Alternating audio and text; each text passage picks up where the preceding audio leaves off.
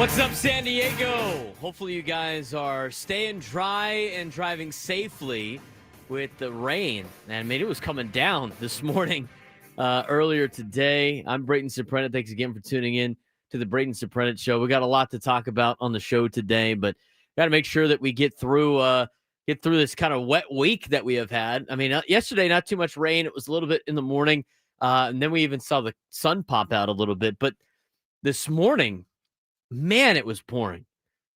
And I woke up, I woke up at my alarm went off at 6, snoozed. Hey, Alexa, snooze. I think I do that at least 3 or 4 times. What's the point of the snooze button? I should just turn it off, except for the fact that I have this deep fear of if I turn off the alarm and I don't say snooze, I'm going to pass out and then not wake up in time for work or anything else and be late. So I got the snooze. And here's the other thing too. So I've been trying to be a lot healthier. I've been doing, I've been eating, things from animals and fruit, and been working out and, doing all these other things with, creatine and the perfect aminos and a lot of other stuff that, I'm not telling you what you should or shouldn't do, but try to be a lot more healthy. And I've been sleeping with my Apple Watch on to kind of track my sleep as well. It's not as accurate as probably those Oura rings, but I've found out, and I'm sure I can change the settings. I don't know how to, and I haven't really looked into it, but my daily alarm I have it synced up for the whole week on Apple. When I wear my watch, it doesn't go off. It just assumes that my watch is going to wake me up, which it never does. So this morning I woke up to rain, and I thought it was like 6 in the morning. It was actually like 7:15, 7:20. And when I woke up, I saw my text messages, and already Adam said, traffic on the 15 is nuts. So I looked at the maps on my phone, and I was like, okay. Because Adam lives further north than I do on the 15 freeway. And usually where I get on the freeway, Pomerado and Miramar, usually the traffic breaks up by them. I looked at the map. It was like red everywhere. And I said, nope, it's time to get to work early today. Plus, I still had to go get gas. So I was frantically getting up, getting ready to go to get into work on time or early so I can plan a little bit more of the show and be able to be here in time for the show today because of the rain and everything like that. And there were some parts that were coming down. It was hard to see out of my windshield. I mean, I thought I was back in Texas. It's a lot different in the rain. You lay in bed and you hear the rain outside and you never want to get up. You just want to stay home and watch movies all day or watch March Madness previews today. Today's a great day. I'm not telling you to not go to work today, but today is a great day. If you have the day off, or if you get to work remotely, to strap in your couch and watch some college basketball today, because we have had some great games already in the conference tournaments, and we had a great night last night in San Diego for women's basketball in the conference tournament. We'll get to that in just a little bit. But are you more of a watch, if sports are on all day, you're going to watch sports on a rainy day, or is it time to jump in on some movies or stream some shows? I'm more of a movie guy than a TV show guy. Like if I wasn't working in the middle of the day and say I had the afternoon show, the first couple of hours of the day, I probably would have put a movie on, put a blanket on, maybe start a fire in the fireplace and not try to leave the rest of the day, which I hope a lot of you guys are doing and are tuned into us while you do that. I mentioned the March Madness scene. What a crazy game last night. And I have some friends that are out there in Vegas right now gearing up for a big game today at 2:30, where the Aztecs men's basketball team will take on Boise State in the quarterfinals of the Mountain West tournament. That's a big game for both teams. Both teams on the bubble. San Diego State currently in a spot. Boise State currently on the outside looking in, according to Joe Lunardi's bracketology. We'll update you on that later on in the show and get you a full Aztec men's basketball preview against Boise State, as well as, the Brian Dutcher effect with all of these players that the Aztecs have had now winning Defensive Player of the Year in a row. That's 4 straight years the Aztecs have had a Defensive Player of the Year, with Magoon Guath winning it this year. Hopefully, we can get some good news on Magoon Guath heading into the game tonight. This afternoon at Thomas and Mack. They will, if they win, they will play the winner of New Mexico and San Jose State, which tips off at 12:30. So that's the laydown for the Aztecs today. Last night, we brought Chris Ello on the show to preview San Diego State women's basketball against Wyoming. And the women's basketball team 2 nights ago already knocked off the number 1 team in the bracket, as the Aztecs came in as the 4 seed in the Mountain West tournament.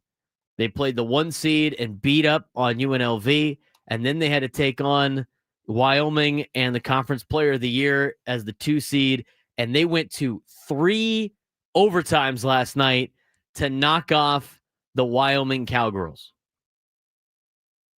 With the win, Aztecs will be dancing in March Madness for women's basketball. That was the only, and I mean the only shot they had of making the NCAA tournament.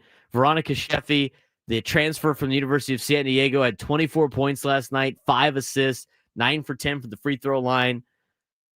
Clark had 17 boards for San Diego State. And that game went 3 hours.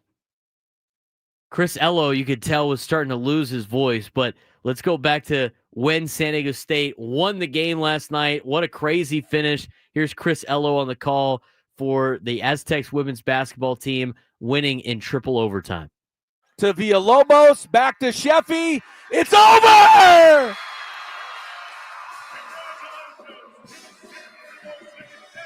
Somehow, some way, unbelievably, they have climbed the mountaintop. Final score in triple overtime, 72-68. The Aztecs win it. They are, as you might imagine, going a little crazy out there. Chris Ello lost his voice for 3 hours of women's basketball content. He sounded like a teenager at the end with a couple of voice cracks there. Poor Chris. Chris can be so fired up when he comes in to studio today. I can't wait to see his face. Hopefully he's got some of the net on his hat ready to go. But the cool thing, you got to see, they had the Instagram live yesterday on Aztecs women's basketball's Instagram. Chris gets to cut down a piece of the net. Super cool. I know he was looking forward to that if that were to happen. He said, no, hopefully nobody takes a picture of it or films him because he doesn't want to fall over off the ladder. But went up there, got a piece of the net. Super cool for Chris. And then he was in all the pictures afterwards too. It was awesome. It's the part of broadcasting that's so much fun. There's him with the head coach, Coach Hudson of San Diego State, holding the Mountain West basketball women's basketball tournament trophy. Together. That's a great picture as well for Chris. And then the Mountain West tweeted out a congratulatory punch your ticket deal for the women's basketball team. And on that team photo, you see our boy Chris Ello sitting there on the side as part of the team. And that's the fun of that's some of the fun of play-by-play and why I enjoy it so much, being part of the team. And when you are the play-by-play voice of a professional or a college level, and I think it's more college level, you get to know everybody as part of the organization. And if you're looking on YouTube, Chris is up in the left portion. The ticket he put up that he got the punch is covering his face, but he's in there with the team. You get to know all of these athletes from a human standpoint. And we try to do that a lot as media members, as we try to, humanize a lot of figures in the sports world where, we idolize these men and women all the time because of being famous and being on our TVs and being on our favorite teams or our favorite athletes. And, they're They're just like everybody else. They have the same interests and all that other stuff, and it's fun telling their story as a play-by-play person. And I know Chris has had a blast doing that all season. And good for Chris. I mean, the first time, we really kind of started talking about it a couple years ago where he was still doing the games for women's basketball for the Aztecs. They were going through some down years over there on the Mesa. And when you're calling games and it's just it's not a lot of winning, and you see the players day in and day out put in all this time, effort, and energy to continue to not get the results. You feel for them. The pain is there. You feel that same pain. You almost want to try to upgrade your broadcast as much as possible to try to help the ball club out. I mean, I know I do that as much as I can at USD too, and when sometimes things aren't going our way, but it's just it's such a unique experience being part of that team. And when you're part of good cultures and good organizations, like Chris is with San Diego State women's basketball, and like the baseball team does at USD to take care of me, it's a really humbling deal. I had so many of the players of USD reach out to me, congratulating me on the new show. They're super fired up.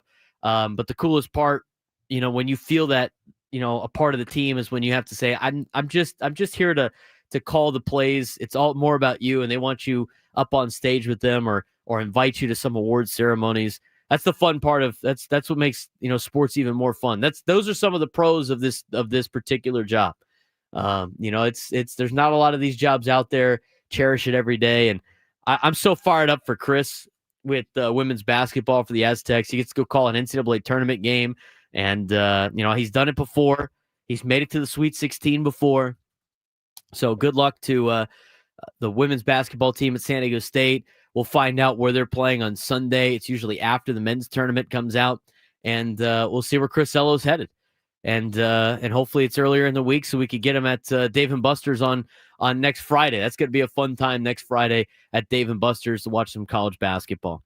So wanted to get that out there. Great call by Chris. You got to let it breathe a little bit, get that natural sense out there of the Thomas and Mack. I heard that the flights out to Vegas the last couple of days have been loaded with Aztec fans. I'm sure they'll take over the arena. We'll get some updates on that as the day progresses. We'll get you a full preview on that coming up at 1:00. But the other big news in Padres land, we finally get to meet John Seidler.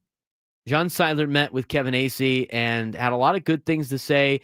And there's a couple of things that he said that I want to bring up because fans need to know about John and why this organization is still going to trend in the right direction and continue Peter's legacy. We're going to talk about that when we come back. Just getting started on the Braden Surprenant Show, live and local from 10 to 2 on San Diego's #1 sports station, 97.3 The Fan.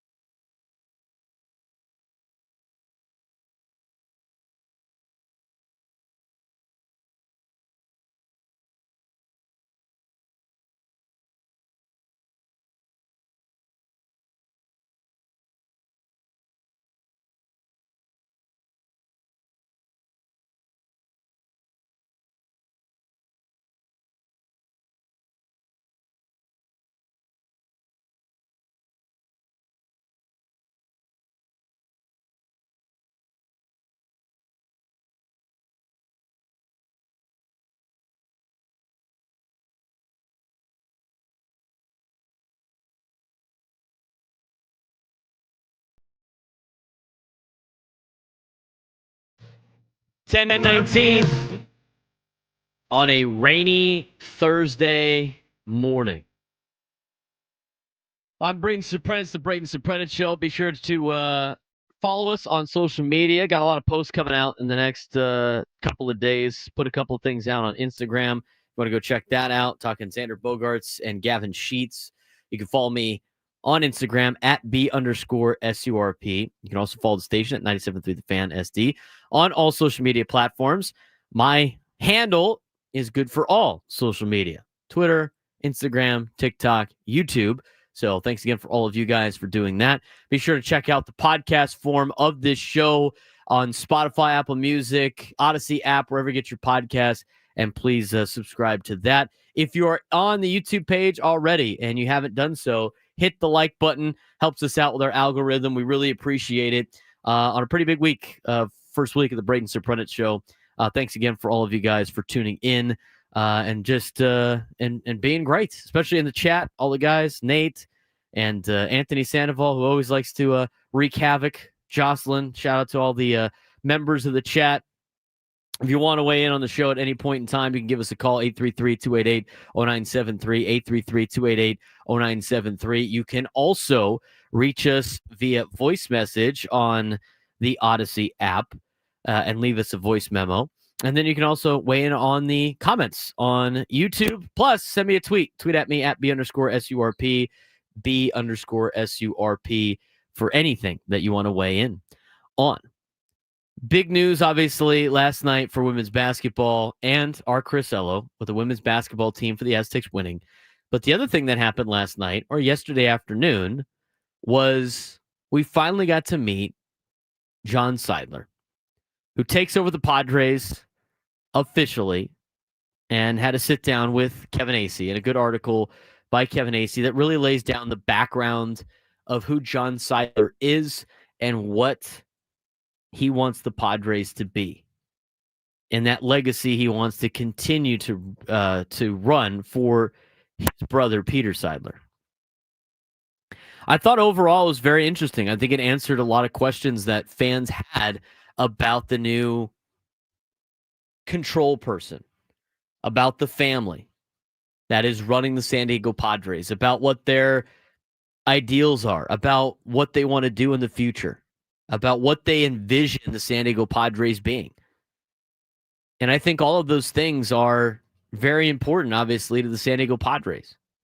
A lot of people have been giving them, and Padres fans have been giving them a lot of flack for, well, I've never seen John at a game. Well, just because you've never seen John at a game doesn't mean he's never been to a game.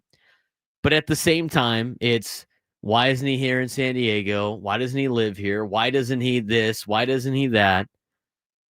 And I think it's just a lot of built-up excuses just because of the fact that Padres fans enjoyed spending a lot of money and like seeing this roster continue to sign big name after big name after big name after big name in free agency, which regardless of who's in charge and regardless of who the control person is, that was never going to be sustainable for any organization. Any organization. Those are some of the things that people were worried about when it came to Peter Seidler's brother, John Seidler, taking over the Padres. Is he not going to want to spend the money on the team? He had a lot of good quotes in this, and it's good enough where we can get into it a little bit, but we'll have to probably continue it at 10:30. But you look at some of the quotes that he had in this article, and again, you're getting to learn John Seidler and learn a lot about him. For a guy that's a very private individual, he doesn't like being in the limelight. Him and his wife just like to keep their personal life personal. And I'm totally fine with that. As a fan, if you could create the perfect owner for your franchise, you want an owner that doesn't say anything, that's not in the limelight, that isn't the one that wants to make it about them, that writes the checks, and lets the people who know how to run the business run the business. And the way the Padres have been run under Peter Seidler was very much like that. Now, even though Peter was more in the public eye the last couple of years of his life, he still wasn't the make it about me guy that you see with a lot of other ownerships in professional sports. And I always I look at a guy like Jerry Jones. Jerry Jones has done a lot of good things to the Dallas Cowboys. He's done a lot of bad things in his personal life. It's been, I would imagine the documentary that they make on Jerry Jones, it's going to be very controversial. He went out and got a stadium for the Dallas Cowboys, right? He made Arlington a place where they can have almost every event known to man. He wasn't like a Dean Spanos that didn't want to spend his own money. He was willing to spend money. But the problem with Jerry Jones is he wants to make it about him. This is the team he made. He made this team. He was the reason why they won those Super Bowls, not Jimmy Johnson. I'm not going to put Jimmy Johnson in the Hall of Fame or the honor, whatever, the Ring of Honor, whatever the heck it is in Cowboy land.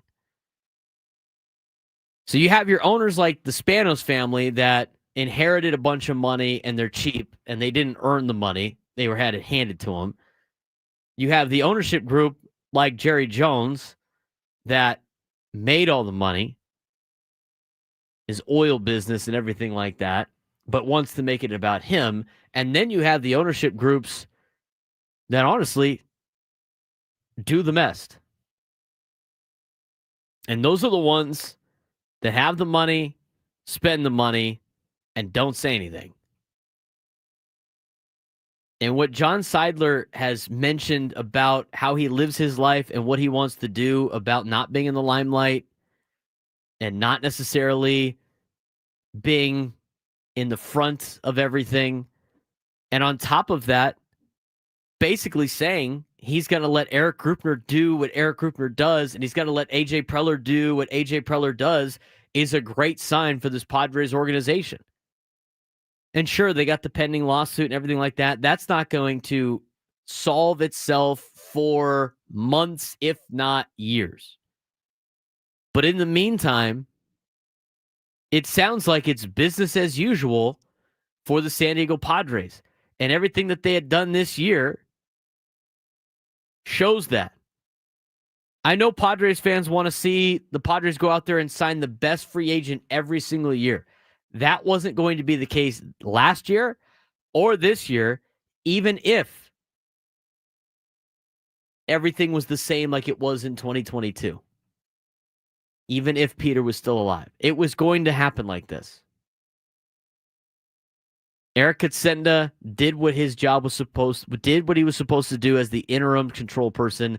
He got the Padres under the number that they needed to try to reset that debt ratio.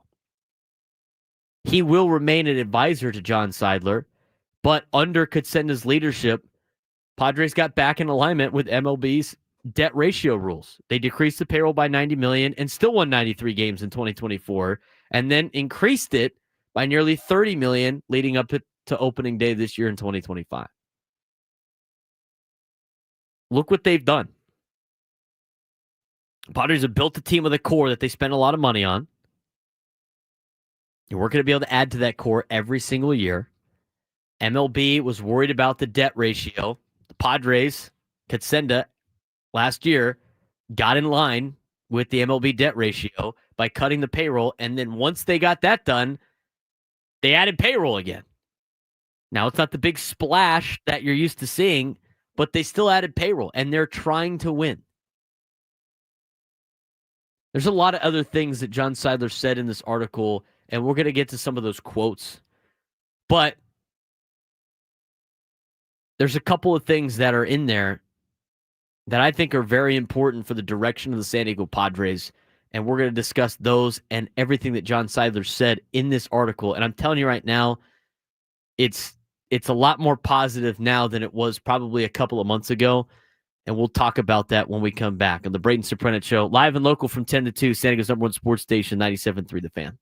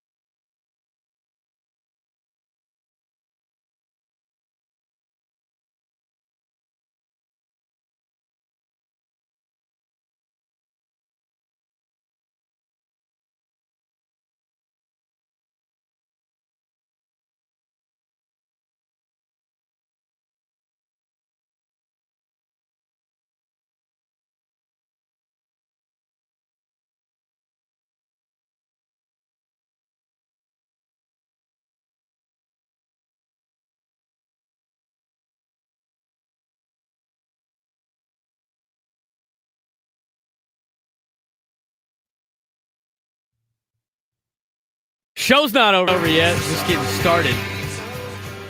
Love some Blink-182 on a Thursday morning. I had somebody that comments on YouTube the other day say, I love when Braden comes back with some Blink-182. I got a lot of Blink on there. It's too bad the YouTube people can't hear the music that comes in and out. That's another reason to listen on the radio. You can hear all the great bumper music we have, and it's a big mix. I mean, I like a lot of different music. I love Blink-182. I grew up listening to Blink-182. Yeah, Cole, that was cool. Cole was super stoked about it. I grew up listening to Blink-182. It's funny, like when I was growing up, I was a kid, like a young kid. A lot of parents sometimes play like kid music, like little kid music in the car and stuff like that. My mom refused to do that because she wanted to listen to real music. And so in the late 90s, I grew up listening to Blink-182, and my mom used to listen to that, and she used to listen to Madonna and Sheryl Crow and all these other like 90s music, a lot of punk rock in there as well. And so that's where I got all my Blink-182 fandom, because the thing is, it's like I've been to Blink a couple of times, and every time I go to Blink, I'm still one of the younger people at the concert. I mean, most people that are diehard Blink people are like my cousins, and my cousins are in their mid to late 30s right now.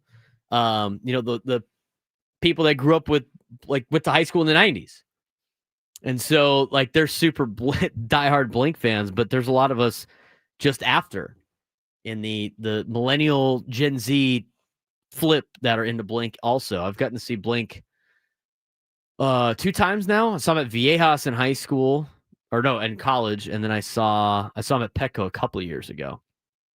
It was super cool. No, not at Petco. I saw them at the sports arena. After Tom came back to the band. It was fun. But love Blink, love the local music scene here in San Diego. We got a lot. I know Joe Musgrove likes playing some Slightly Stupid and stuff like that, and you always see him post about them. But Blink-182 has always been that go-to for me all the time. So you'll have a lot of that coming in and out of breaks on this show. I have dabbled in some country music too, just being living in Texas for some time, and my family spending some time in Tennessee with my brother and my sister. So that'll be mixed in, but only the subtle, kind of rock country. But that's it on the music scene. Adam got fired up for that song. I listen to a lot of Blink in the car with my son. Not nice. Good. Spread the love. I like it. Want to join the show? 833-288-0973. 833-288-0973. Cole said he met Tom a few times. He used to come see his now new wife, and I'd nerd out and talk aliens with him. That's awesome. That's awesome. We're talking about John Seidler. Had a good article in the San Diego Union Tribune, very in-depth piece by Kevin Acee, where he got to sit down with John for about 30 minutes and really get to know him. And that was kind of the main concern for a lot of Padres fans, was getting to know John Seidler, because we don't really know about John Seidler. We know a lot about Peter, but we did not know a lot about John. Lives a very private life. Quote, in the article, "We're private people and very content to be that way," John Seidler said of him and his wife, Lori. "We enjoy time with our family, our friends, and not with the greater world." And I respect that. I mean, I don't necessarily, as much as I need to post and everything on social media for work and grow the brand and all this other stuff, which is part of the business, I'd like to keep my private life as private as possible. Because you don't have to share everything with everybody. And I said this in the last segment, and I'll keep saying it. The perfect owner for everybody in the sports world is somebody that writes checks and shuts up. And that's the best part. Later on in the article, John talks about how the Padres are going to be run. They're going to be run like they have been run under the Seidler family when Peter Seidler was the control person. That's how they're going to run the team. Eric Grupner is going to take control of the business stuff like he had been doing already. All of the great events at Park in the Park, all of the concerts that run through there, all of the different things that you guys love about going to Petco Park and the experience of a Padres game is not changing. That's going to be the same. And it's going to be great. From a baseball standpoint, John goes out there and says, I'm not going to tell AJ who to draft, who to sign, who to trade for. He knows what he's doing, and he has done a great job evaluating talent. So the two people that have been running the organization from a business standpoint and an on-field standpoint are going to continue to do the exact same thing. Nothing is changing. Here's what's another quote that I liked from John Seidler, one that you could talk about, and why you would be excited about him and the Seidler family staying in control of the organization, even though there's pending legalities, and that will handle itself in court, and that's not going to be finished for at least a year, if not more, unless there's a settlement. And when we get info on that, we'll get info on that. But here's a great quote from John Seidler. Our home in San Diego is downtown, and the key moments in the playoffs, even during the COVID season where nobody was allowed in the stadium, there were cars driving up and down the streets, honking, and it was just crazy. I want to see that on a much bigger scale, so I'm going to keep working with Eric Grubner and AJ Preller, and we're going to do our damnedest to put the best team on the field that we can. Playoffs 3 years out of 5 is good. We hope to do even better, and one of these years, we are going to win the World Series. Now, that being said, that's pretty much what every owner is going to say. But he wants to be that. He wants to bring it for his brother. He wants to be able to put this thing together. He wants to be able to win a World Series with this organization. Which leads to my other point on this. And we can, the way that it came about, I mean, you can read about that in the article that Acee put together. You know, that talks about, you know, MLB requires in most instances that when the largest portion of a franchise is owned by a trust, which is Peter, the trustee, which is John, and the team's control person be the same, which is why John is now the control person. He was approved as control person by MLB owners in early February, pending his taking over for Matt Seidler as trustee of Peter Seidler's trust. First in line, as noted in the article, if Peter Seidler were to pass away, Robert would have been the control person, followed by Matt, followed by John. None of the brothers wanted the role. None of them asked for it. They have pointed that out multiple times. Robert and Matt have other things happening in their lives that are not conducive to running the Padres. So now insert John, who's a retired engineer and entrepreneur, trustee of Peter Seidler's trust, which is the entity that owns 24% of the team. His stake and that of other family members, totaling another 20%, is separate from the trust. So John's stake in the team is different than Peter's family's stake in the team at 24%. Obviously, they have that lawsuit involved. And John said, it saddens me that there is a lawsuit. It's unfortunate that it has spilled out into the public, that it has taken some focus off what ideally would otherwise be solely on the Padres. The lawyers are working to resolve that through the legal process, and I'm hoping it's resolved quickly and amicably. But other than that, I can't comment, obviously. But at the same time, even though it's kind of a bittersweet thing for him, he still says being in charge feels great.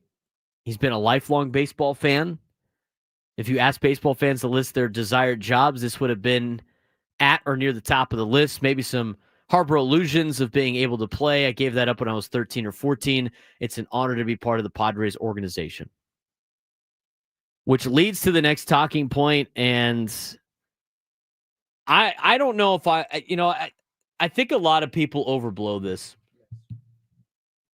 But let's talk about the fact that the Seidler family obviously have connections to the Los Angeles Dodgers.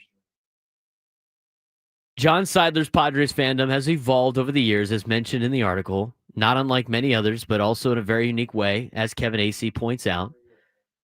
He and Lori have owned a residence in San Diego since they became empty nesters 4 years ago. Used to live in Orange County in 2012, and they would try to drive down for 5, 6, 7, 8 games, would get stuck in traffic sometimes, trying to get through Camp Pendleton. And if they got to San Clemente and realized they weren't going to make it until the 5th inning, then sometimes they would just turn around. That's why I didn't see him at a lot of Padre games. Last season, he was at 62 games in 2024. 62 out of the 81 games he was at. Lori was at 60. I mean, that's more than a lot of fans. So the whole notion that, like, well, they're never there, just because you don't see them doesn't mean they're not there. They don't like being in the limelight. But this is what had a lot of people up in arms in the article. His first Padres-Dodger game as minority owner in 2012. John Seidler was all in on his new team. Again, he's part owner of this team now. Said he was rooting for the Padres. Everything the Padres did was good. I was cheering for. But the one thing he could not get into at the time was when the crowd started chanting, "Beat LA," I couldn't quite bring myself to get that out.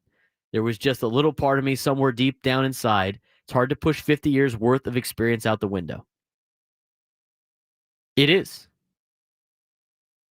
The Seidler brothers' grandfather, Walter O'Malley, moved the Brooklyn Dodgers to LA in 1958. The O'Malley-Seidler family owned the team for another 4 decades. For 50-something years, I was a Dodgers fan, John said.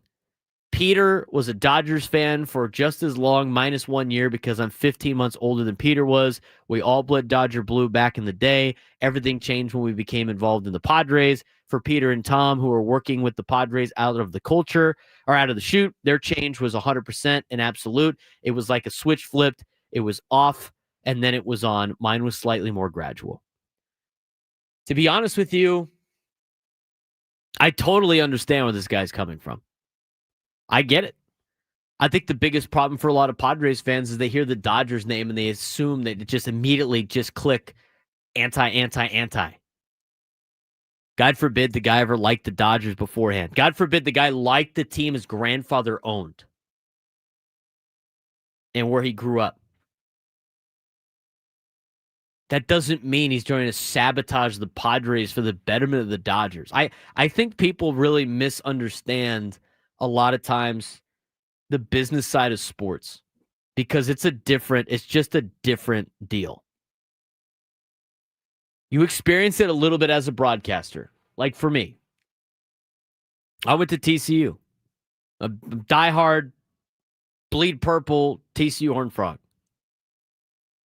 And when I work for USD, for some reason, Brock Ungrich likes to schedule only the schools that I attended and that I'm fans of. And for the first 2 series, even though this is different than, obviously, John, they played TCU and Arizona, the other school I went to and the other school I grew up rooting for. And for those series, I was, with my connection with USD, in the place that I work, being part of the organization and the team, I wanted the Toreros to win. But that didn't mean it wasn't hard to want the USD Toreros to win. The same thing when we went back to Fort Worth a couple of years ago. I was in this place where I've spent so many memories. I had so many, games that I had called at TCU. I had been part of so many baseball games there. I was on campus of where I spent 3 years of my life, not 50-something years like John did in LA. It's difficult. It's hard. I mean, how many Padres fans, if they had the opportunity to buy a team, bought a team, and the only team available happened to be a rival of the Padres, but it was your team, wouldn't you root for your team? I mean, you'd still be a Padres fan at heart. I mean, think about all these players that grew up in San Diego that play for other teams now. I just think it's such a reach to get mad at John Seidler because he grew up a Dodger fan because his grandfather owned the team. Tommy Edman, it's a perfect example. I mean, Tommy Edman and Adrian Gonzalez. I mean, you could mention Adrian Gonzalez. Tommy Edman grew up a Padres fan. He wears number 19 for Tony Gwynn. He gets traded to the Dodgers. They offer him a contract extension. What do you want him to do? Say no? Makes no sense. But we're just all going to hate Tommy Edman because now he's in the Dodger uniform. It's different. It's in the stands more than it is on the field. Adrian Gonzalez is the same way. And people are going to be like, oh, this guy's Dodger loving because of Adrian Gonzalez. Adrian Gonzalez was a Padre, wanted to stay a Padre. Previous ownership didn't want to give him the contract that he probably needed, / deserved, / was going to set the market for. It's a business. It's a business. Adrian goes to Boston. He ends up in L.A. L.A. treats him to a whole different level. He made a lot of experience there. They won a lot of championships there and everything like that. They bring him back for alumni things. Where do you think he's going to be? I'm just saying. He's been a beat LA Padres fan since early in 2012, John said. I just needed a bit of a nudge, and now I can say I've completed the 12-step program and I'm never going back. I mean, the guy spent cold, hard cash to buy this franchise, and we're going to think that because he grew up a Dodger fan, it's going to be a problem? I mean, we obviously saw Peter's love for the Padres in the city of San Diego, and he was a diehard Dodger fan too. It's a business. It's a different level. Once you start working in sports, you lose your fandom a little bit. That's 100% the case. That's why sometimes on some of these subjects, my friends and I can't, see eye to eye on some of these topics. You want to work in sports, you're going to lose your fandom a little bit. That was talked about in my sports broadcasting classes in college. Like, you're going to lose your fandom. I was like, what are you talking about? I mean, there's so many instances where you're doing a game, it's your favorite team, whatever, and you've been working all day, and if your favorite team hits a 3, you're going to overtime, but if they don't,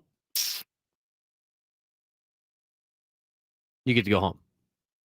Sure, your favorite team lost, but hey, the workday is over. It's just different.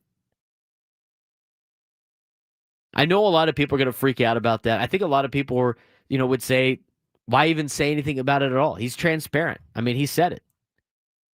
He opened up to his love for the Dodgers as a kid. I think that's fine.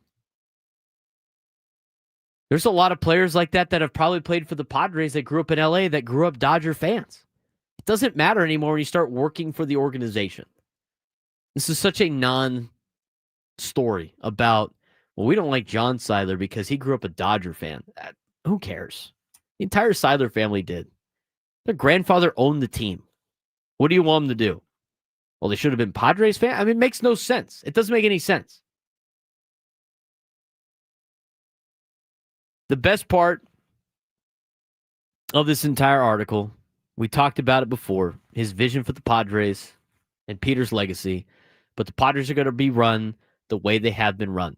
And I think that was the big thing that Padres fans were afraid of when this particularly happened. They don't want to go back to being the team that gets no support in terms of money from the front office. They don't want to be a team that can't make signings. They don't want to be a team that was the team that the Seidler family bought in 2012. They want them to be the team that they had become with the Seidler family in charge. And I don't think that's changing. And I think this article does a great job explaining that and showing that nothing's going to change from the overall business plan of years down the road for the San Diego Padres. And I think it should give fans excitement. And if you haven't checked out the article yet, it's in the San Diego Union Tribune. It was a great job by Kevin Acee, a great sit-down interview with John Seidler. He lays it all out. You get a lot of quotes. You get to learn about this new owner. And I think you got to, obviously, you have to give him a chance. It's a privilege to be able to work with our leadership team. Eric Grupner has been with the Padres 14 years, AJ for 11, and they both do an outstanding job in the respective business and baseball ops departments. So I'm looking forward to working with them as we continue the Padres' successful trajectory towards the World Series championship. Got to give him a chance. Flush out where he grew up. It doesn't really matter. 833-288-0973, 833-288-0973. Aside from the front office stuff, a lot of things coming out of camp. Who's the fifth starter going to be for the San Diego Padres? I'll tell you who needs to be when we come back. San Diego's number one sports station, 97.3 The Fan.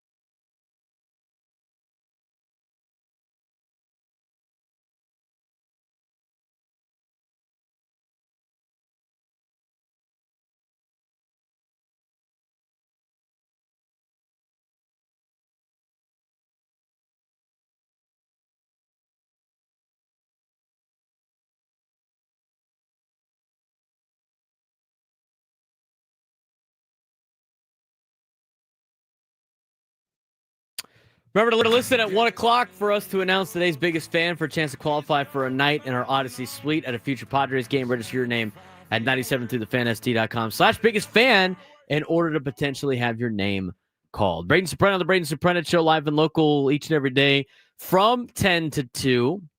Broke a lot of the John Seidler article down in the first hour. If you missed any of it, you can go back and watch, or should I say, listen on the Rewind app or on the Odyssey app on the Rewind feature. You can also download it from a podcast perspective, as well as go back and watch on YouTube. For all of you guys on YouTube, give us a like. Really helps us out with the algorithm. Appreciate all the 90 of you watching right now on YouTube as you get ready for Padres spring training later on.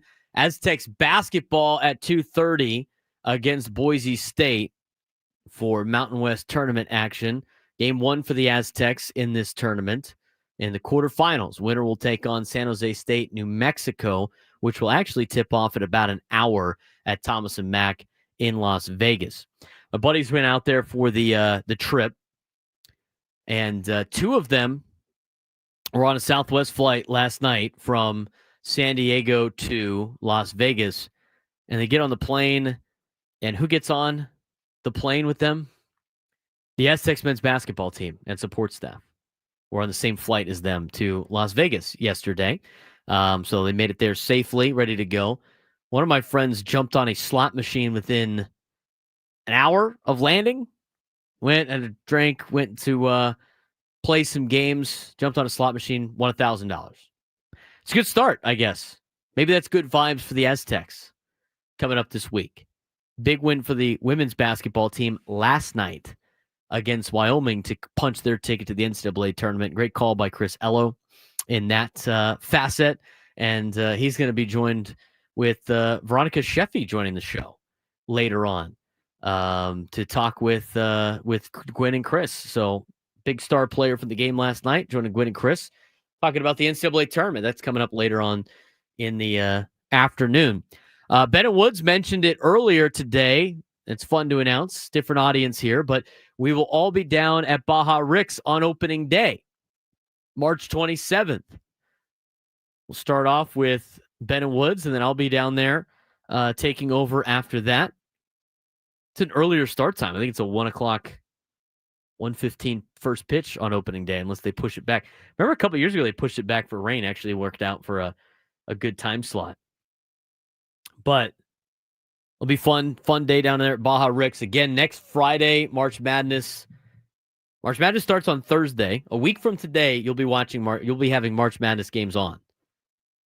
And we'll be taking you through that on the Braden Surprenant Show. But next Friday, a week from tomorrow, be sure to check out all of your local and favorite 97 Through the Fan personalities at Dave & Buster's. We're going to start 6 a.m. with Ben and Woods. I take over at 10 a.m., Gwen and Chris at 2 p.m., and then the nightcap with Matt Scraby at 7 o'clock, all at Dave & Buster's. We're going to be there all day long, watching NCAA basketball and the NCAA tournament, keep you updated on the upsets, Cinderella stories, and everything in between, playing some games out there at Dave & Buster's. Should be a fun time. If you got nothing going on, or if you already took work off because you should for the NCAA tournament, if you're a big sports fan, come join us at Dave & Buster's next Friday. We talked enough about Padres ownership stuff. John Seidler had a pretty good deal with Kevin Acee, but there's a lot of other storylines in Major League or in Padres camp right now that impact the field and on the field for San Diego. We talked about all week a lot of the position battles and who's going to make the team. We spent a lot of time on Gavin Sheets yesterday. He's trying to play his way onto a roster. But where we haven't really seen too much, or we haven't talked about too much because we're still letting it play out, is the fifth spot in the rotation. And who is that going to be? There's basically four pitchers battling for that fifth spot. It's Matt Waldron. It's Randy Vasquez. It's Steven Kolick. And it's Kyle Hart. And we haven't even seen a lot of Kyle Hart yet. The thing we have seen from Kyle Hart was his introductory interview at spring training, which we'll get to in a little bit. There's some good stuff still in there that we can mention. But Kyle Hart, we haven't seen a lot in the Cactus League. He has yet to officially appear in a Cactus League game, as last Friday he recorded 2 strikeouts in his scoreless 2-inning Cactus League debut against the Brewers on Friday. Although rain shortened his outing and ultimately led to the game being canceled before it became official, Mike Schultz said, "I just want to go see him pitch. It's unfair for me to have too high of expectations with guys that I've never really seen before, but clearly he's legitimately in the mix to be the 5th starter." He's starting to pop up on a lot of different outlets' predictions to be the number 5 starter. He is coming off a magical season in the Korean Baseball Organization where he won the Choi Dong Award, KBO's equivalent to the Cy Young. He finished the season 13-3 with a 2.69 ERA across 26 starts, registering 182 strikeouts on 157 innings. Guy was unbelievable. He hadn't pitched in Major League Baseball since 2020. And in MLB, his stats obviously were not that great. He has a career negative 0.9 WAR, 0-1 with a 15.55 ERA, but he only made 3 starts and pitched 11 innings in the big leagues with 13 strikeouts. Spent time at Indiana, played at Indiana, and earlier in spring training, when asked about facing Kyle Hart, Jake Cronenworth said, "I hadn't faced him since college when Jake Cronenworth was at Michigan." And I do recall him talking about, but it was a lot different than what I just saw along those lines. In fact, he got crossed up on a pitch where Hart punched him out with some good stuff. Now, this is like early on. Spent his entire career for a long time with Boston, all the way through 2022 in the Boston organization. Only played in the big leagues, as I mentioned, for 11 innings in 2020. Went back down to AAA, bounced around AAA, AA, was part of Seattle's organization in 2023, and then got sent to Philadelphia before last season going to the KBO. I already love his attitude, and I love the way that he puts everything together. I love the fact that on day one, he started saying we as an organization need to be able to knock off the Dodgers. We as an organization this, we need an organization that. There's clips of him in the KBO stepping up for his teammates and not taking any flack from the other teams. All of his mental makeup is great. And the fact that he is still part of this rotation debate without even appearing in a Cactus League game, I think goes a long way of what he is accomplishing right now in the backfields and just how nasty he has been for the San Diego Padres. Some outlets are starting to pick it out. I'm just going to say it right now. Kyle Hart will be the number 5 starter for the San Diego Padres come opening day. I think he gives you the best opportunity to succeed. I think with the season that he had last year, even though it being in the KBO, going 13-3 with a 2.69 ERA, over 26 starts. I love his fiery approach. I love the fact that he, doesn't care about what may be happening in Los Angeles. He's ready to take on everybody at their best. I mean, he's giving me a lot of Nick Martinez vibes right now. And Nick Martinez kind of had a little bit of the same start to his career like Kyle Hart. The difference was obviously Nick went to Japan. But Nick started off not that great with the Rangers, put up okay numbers, didn't get another opportunity, went to Japan, bet on himself, got a contract at the Padres, became that fiery pitcher, starter, middle relief guy for the Padres, and now he's getting paid in Cincinnati. And good for Nick. But Kyle Hart can definitely match that energy. I mean, these are players that the Padres have gotten from Japan before, in which they weren't necessarily the best pitcher in Japan, but being the best pitcher out of Korea and being one of the best pitchers in the KBO, I think goes a long way. And so far, the track record for A.J. Preller has been spot on. At $1.5 million, if Kyle Hart could be the number 5 starter and go out there and maybe be that Nick Martinez type, this Padres rotation and pitching staff is going to be in a lot better shape than anticipated. And you look at the rotation, you look at some of the players that would not be part of that rotation if Kyle Hart wins the starting spot and then runs with it. Steven Kolitz looked good in the spring. We know what Matt Waldron brings from a knuckleball perspective. I like the future of Randy Vasquez. This is adding arms. They might not be household names yet in Major League Baseball like some other teams have that might scare you.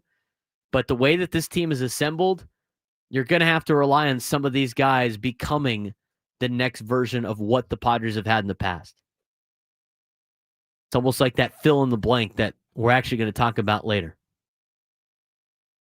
I'll even tease it. At noon, we're going to talk about this year's blank will be blank.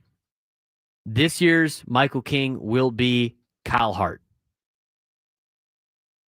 Low-level deal, throwing into the rotation, a guy that doesn't have a lot of big league starting experience. He might be the biggest difference maker for the Padres rotation in 2025. Kyle Hart is going to be the number 5 starter for the San Diego Padres come opening day. That's my bold prediction. That's what I'm going with. I can't wait to see him pitch. Who knows if I just curse him in the next Cactus League game that he is able to pitch in. But so many great things have been said about Kyle Hart. And so many outlets are starting to pick up and project him to be the number 5 starter. I'm going to say it right now. Kyle Hart will be the number 5 starter come opening day. And I think he could keep it there for the rest of the year. 833-288-0973, 833-288-0973. Let me know who you think should be the number 5 starter, who should finish out that rotation. Plus, why isn't anyone talking about Xander Bogaerts? I think Xander Bogaerts is poised to have a big year. I'm going to explain why next. Plus, we're going to play for you what he said to Sam Levitt in an interview out there in Peoria. Coming up next on the Braden Surprenant Show on San Diego's #1 sports station, 97.3 The Fan.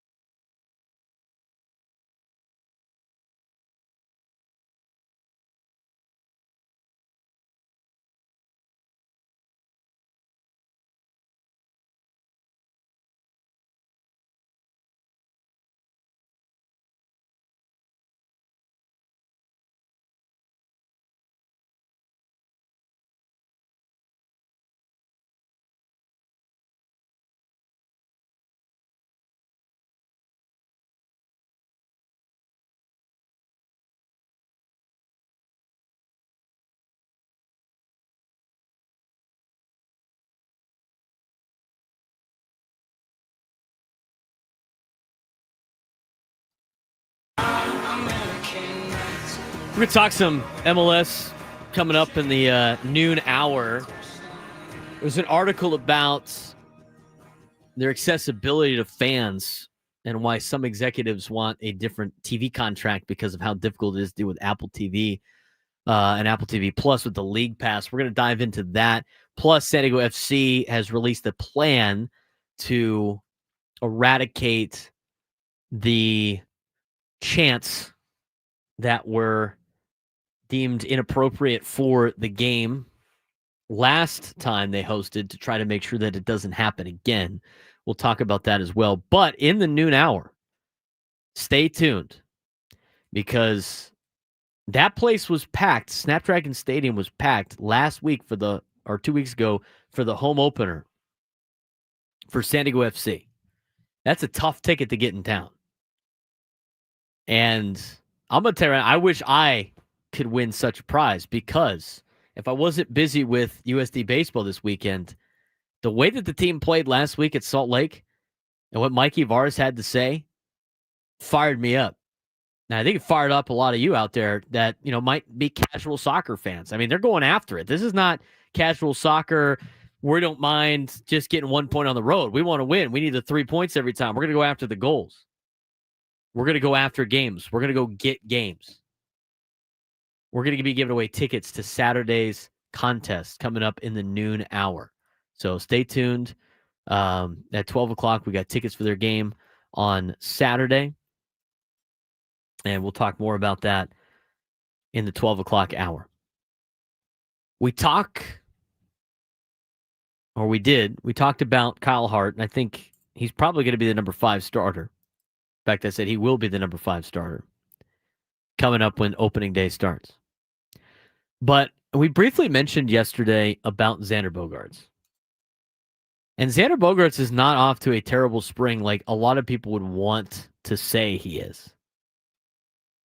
If you look at his overall stats, he didn't play yesterday. Yesterday was very much a team roster of players trying to battle their way onto the squad.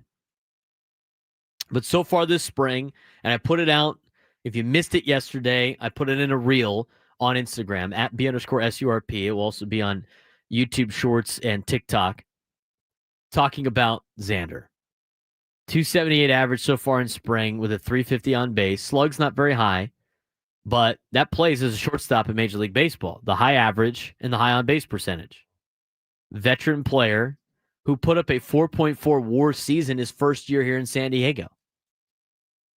The expectations for Xander Bogaerts from the fan base, I think, has gotten to a point where it's almost utterly ridiculous how high of a standard they hold him to just because he signed a big contract. I don't know why we're not talking about him enough in a positive light. He's done enough so far to talk about him potentially having a big year. And I think he's healthy now. He had the wrist issue the first 2 years here in San Diego. Even in the first year, he still put up good numbers with that wrist injury. Last year, had the wrist and then got tweaked in the game in Atlanta and missed a significant amount of time. Padres had to move. They moved him from shortstop to second base to cater to Hassan Kim, who's not even a part of the team anymore. Meanwhile, you had Xander Bogaerts under contract for 10, 11 years. Guy wants it. He went out there, and as Blue Meanie said in the chat, a great article about Xander Bogaerts earlier before spring training about his offseason regimen and how much work he put in and all the running he did to drop 10 pounds and be more athletic because the Padres told him, you're our shortstop, and we need you to be our shortstop.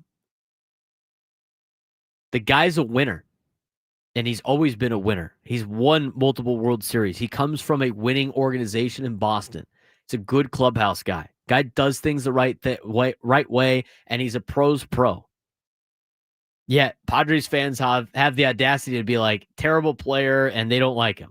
He's going to be a big reason why the Padres have success in 2025. And as Blue Meanie said, you got to leave him at shortstop. Just let him be there the whole year. If you want to have him DH a couple of times and have Iglesias play short, fine. But he needs to be the everyday shortstop, which he will be. But I think Padres fans need to worry about other players right now. Not worry about Xander Bogaerts. I'm not worried about Xander.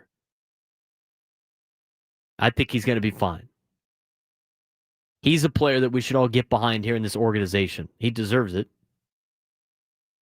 And I don't understand the extra hate that fans have to put on Xander Bogaerts, because I think the guy's a stud and he's a leader. And he had a down year. But even in that first year as a Padre, the 4.4 WAR year, that's a top 5 Xander Bogaerts season in his career. And his numbers right now in spring training, small sample size. I mean, we're going to talk about how great Gavin Sheets is with his small numbers.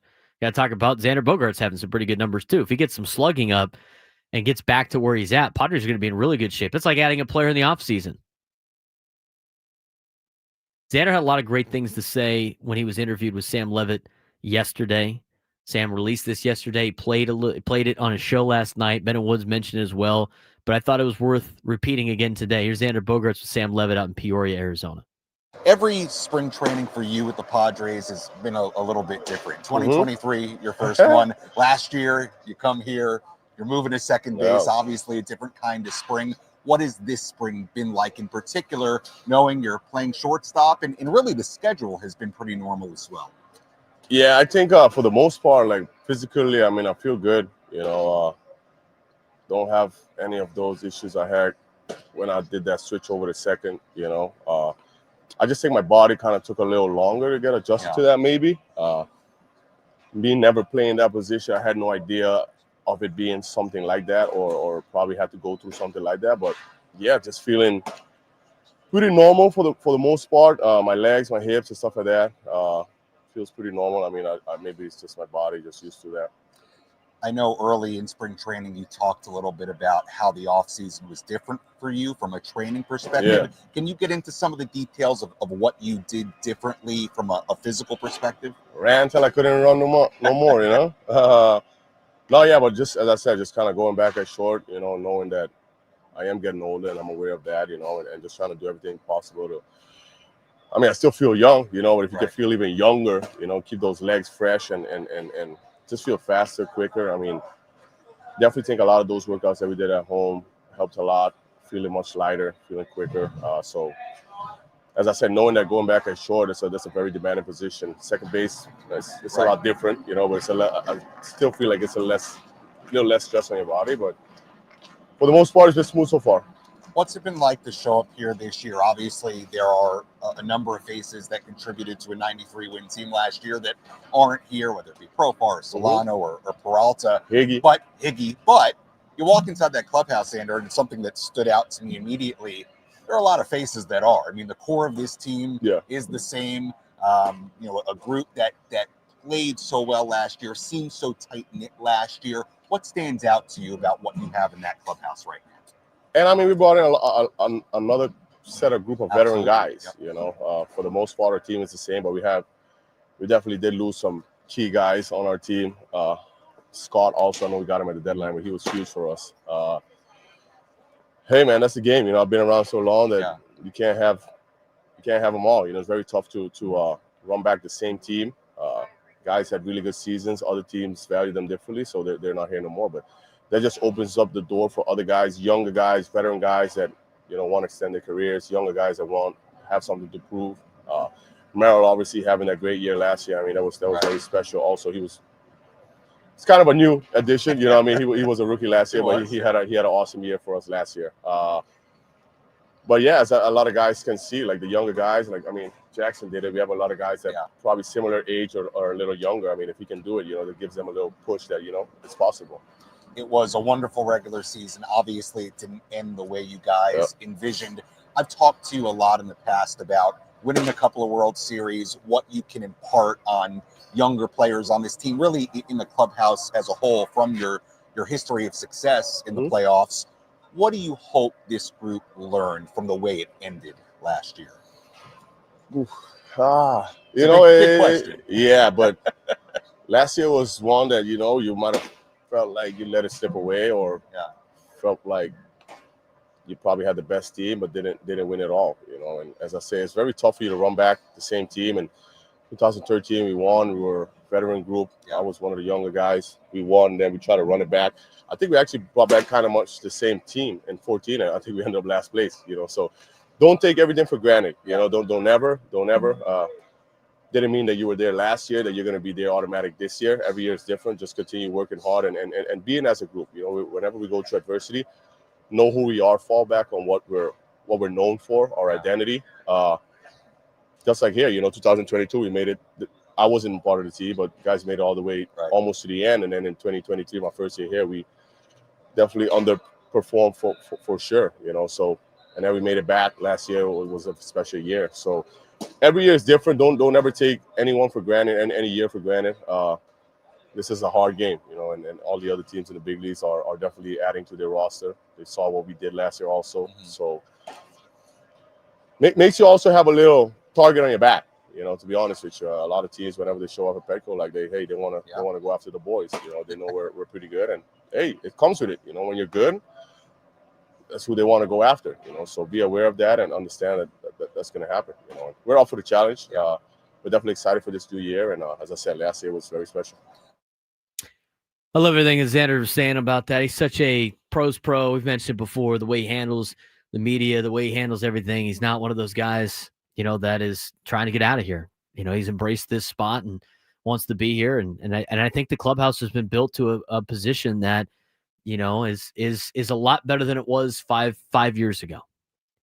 I mean, the clubhouse a couple of years ago, right before 2020 was not as tight as it is now. I think a lot of these players that were brought in a couple of years ago that have now matured as veterans have embraced that. I think they have brought in some good, high-quality baseball people into the organization. I love the way that Jason Hayward's talking right now to the media. I like Kyle Hart talking to the media. Xander's always been a pro. You just like everything that they're saying. But saying and doing is two totally different things, and we'll see what they have up their sleeve. I am still holding out hope that Xander can put together another 4-war season in a Padres uniform. And I think that might be this year. A lot of success coming from San Diego sports. Last night, women's basketball for the Aztecs got a W. And right now, UCSD, in their first year as a D1 school, has an opportunity to potentially make the NCAA tournament. We are going to talk with the man that got them to this point from a behind-the-scenes standpoint. Earl Edwards, the athletic director for UCSD that got them to D2, that got them to D1, and has them set for very high goals in the future, will join us next on the Braden Surprenant Show right here on San Diego's #1 sports station, 97.3 The Fan.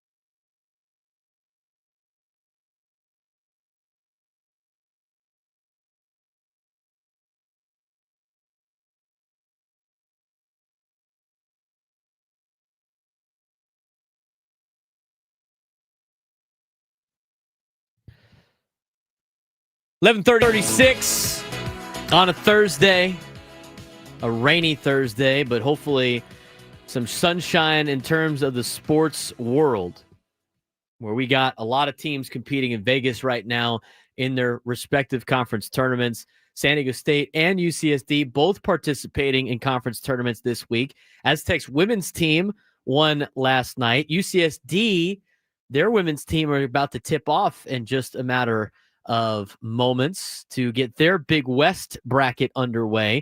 And then, of course, their men's team, head coach Eric Olin's crew, is 2 games away from potentially going to their first ever NCAA tournament at the D1 level. It's a lot of work to get that school, to get UCSD to the point where they're at right now. And a lot of it is a big thanks to their director of athletics, who has been there for some time, since March of 2000.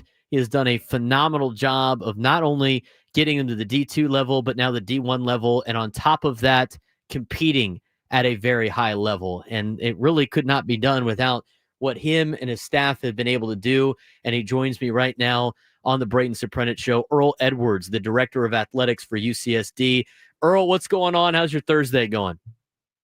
My Thursday's going well. With women's basketball is actually getting ready to play at 12 because they're in the tournament as well. And thank you for those kind words. Absolutely. I mean, you guys have done an incredible job. UC San Diego has had an incredible journey under your leadership, transitioning from the NCAA Division III to D2 and now to Division I. What has been the most challenging aspect of guiding this transformation for the Tritons? Well, there's so many things I can point to, but I'll point to the 4-year reclassification period. So from 2020 to 24, we were not eligible for March Madness or any NCAA postseason competition. And to have our coaches buy into that and to have outstanding athletes still come to our program knowing that we had to wait. But we're bearing the fruits now in our first year of eligibility. You've overseen some significant athletic success, including national championships at some of those levels, top rankings in the Learfield Directors Cup. What do you believe has been the key to maintaining such consistent excellence across multiple sports that have now had to go against in multiple divisions? Well, I'm going to say something that's pretty obvious, but it needs to be said. And I've been very fortunate to have the right people on our staff. And when I say right people, it's the coaches. And I also like to say the team behind the team, whether it's the athletic trainers or the marketing staff or the business compliance. And then when you really look at our history, Division III, Division II, and now Division I, we've had a culture of success and winning. And to my surprise, pleasant surprise, that tradition has continued at the D1 level, which I thought would take longer, but we've had that culture from D3 to D2, and now it's carrying over to D1. UC San Diego Director of Athletics Earl Edwards joins us on the Braden Surprenant Show. You've been at the helm now for 2 decades as the leadership of this athletic department. How has the landscape of college athletics changed during your tenure? We talked a lot about this with USD's athletic director yesterday, and how have you been able to adapt your approach to a lot of these changing elements of college athletics with conference realignment and NIL and everything that's circling? Not only do you guys have to get to the D1 level, but now you got to deal with everything that's going on with college athletics at the exact same time. It's the timing's been a flood of ever-changing landscape for you. Yeah, thanks for reminding me of that. It's been a challenge, but the one thing I will say is that, one of our 5 core values is resilience. And with that in mind, we've always positioned our program, whether it's the athletes competing or us dealing with the changing landscape, of being able to adapt and being flexible and deal with adversity. So whatever's thrown at us, we find a way to adapt and continue on the road of the pursuit of excellence. So it's really just how we operate, which goes back to the people that we have. But I will say this resilience piece, and we're adapting to the NIL and the conference changes and all those. But the bottom line is we stay in terms of who we are, and we're about the pursuit of excellence, and we'll do what we can to stay on that road. A very difficult school UCSD is academically, and that commitment of excellence is more than just the court. You guys are consistently ranked highly for your student athlete graduation rate and academic prowess. How do you ensure a balance between academic and athletic success for your student athletes? Well, the first thing I'll say is we use the term scholar athletes because we only recruit athletes that can handle the academic rigors of UC San Diego, especially since we've become basically a public Ivy League. When you look at the fact that the average GPA of incoming freshman classes has been about a 4.1, we need to recruit athletes that can handle that. And so recruiting is a big piece. And then also the providing any help that the students may need, whether it's study halls or tutoring and so forth. And I'm proud to say that our athletes have a higher GPA than the general student population. So that tells me we're recruiting the right people that not only are academically sound, but they're also outstanding athletes. UC San Diego Director of Athletics, Earl Edwards, joining us on the Braden Surprenant Show as we take you from 10 to 2 and up to Gwen and Chris later on at 2 o'clock. Under your leadership, UC San Diego's enhanced several athletic facilities. Lion Tree Arena has gotten a major remodel. The softball field looks great, baseball field, everything that involves, that D1 level. Personally, as a sports broadcasting degree alumni of TCU, I love all the TV elements that you guys have put in for your ESPN Plus broadcast in your control room. I know you guys are pumping a ton of money into your programs and television and trying to get that brand out there. How important are those state-of-the-art facilities to help building a successful athletic program? Without question, they're extremely important, and we'll be working on enhancing that. And I'm really glad you brought the TV conversation into the mix. So that was a top priority for us to create a TV studio production so that we can not only tell the story of UCSD, but when we put that brand out there, it's a brand.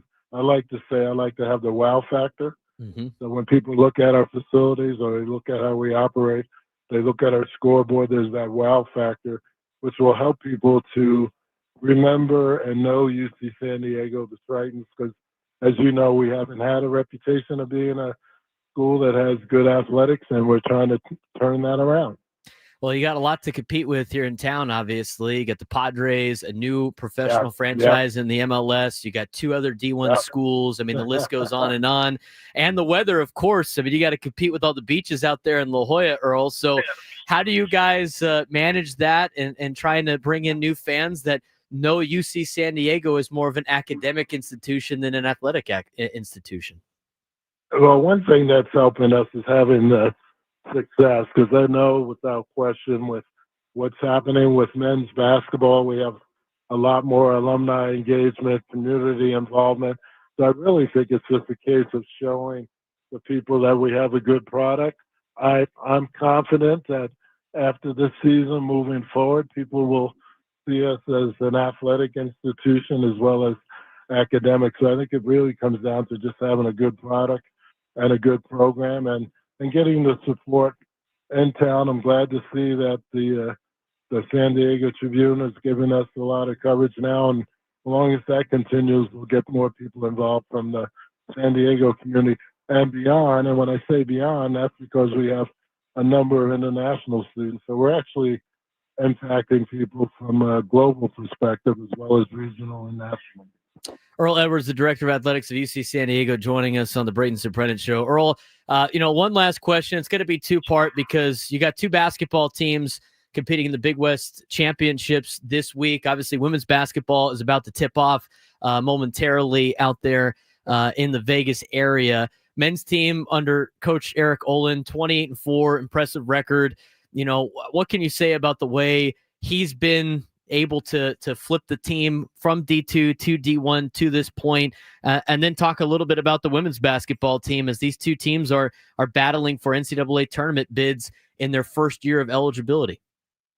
Well, starting off with the Eric Olin, we've been together now for 20 plus years, so we've kind of created this nice team, if you will, and looking at what we have and where we're trying to go and making those adjustments so we can become an elite program. When I joined the Big West, it wasn't a case of joining to be a member. It was the idea of setting the standard, and we've been able to do that. Women's basketball, right now, they're playing their best basketball in the last 10 weeks or so. So I wouldn't be surprised, and obviously I'm hoping that this happens, but I wouldn't be surprised if we have two teams that'll win this tournament and go on to March Madness. Well, hopefully that is the case. We're all rooting for it here in San Diego. Earl, thanks again for all the insight and the look in at UCSD athletics. You guys are doing a great job flipping everything to D1, and it's great that San Diego's got 3 Division I programs in town now. And appreciate the time today. Stay dry. Well, I appreciate you providing this opportunity, and good luck to you guys as well. You do a good job. Thank you very much, Earl. Earl Edwards joining us today on the Braden Surprenant Show. Big thanks to him. And I mean, it takes a village. You always hear that all the time. It takes a village, and that's exactly what UCSD has done with everybody that they've had. I mean, it's a remarkable story. Just getting the D1 is difficult enough, but then being able to get the D1 and then have instant success in a lot of different sports. Men's basketball obviously is taking the cake right now, and that's the big sport on campus when you don't have football or you don't have scholarship football. But what they have done with their television, phenomenal. Phenomenal.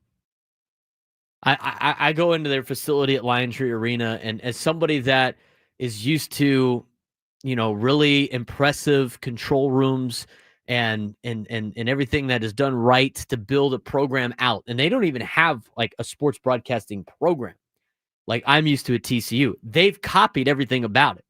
They got students working there. They have a state-of-the-art facility built into Lion Tree.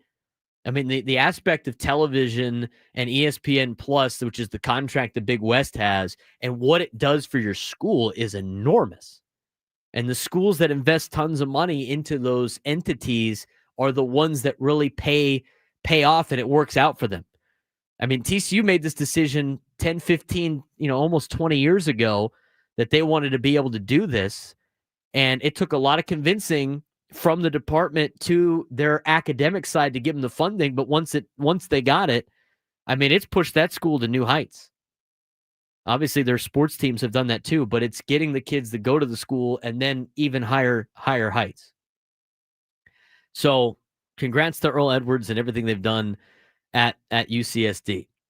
I'd be remiss to say, I mean, obviously, we talked about USD yesterday with Kimya, and we had Earl Edwards on, and they're about to go to the NCAA tournament. But, Point Loma Nazarene has done a good job too. And they've been so successful in so many different sports, in basketball and baseball. And I think their men's team and their women's team have qualified for the NCAA tournament. One of them's hosting, if I'm not mistaken. So it's more than just the 3 D1 schools. There's a D2 school in town as well that's done a really good job. 833-288-0973, 833-288-0973.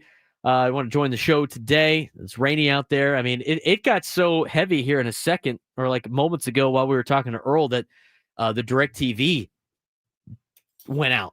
It's pouring when a satellite goes out in San Diego. Oh, I was going to get to Roy. I think he wanted to talk about Point Loma. 833-288-0973, 833-288-0973.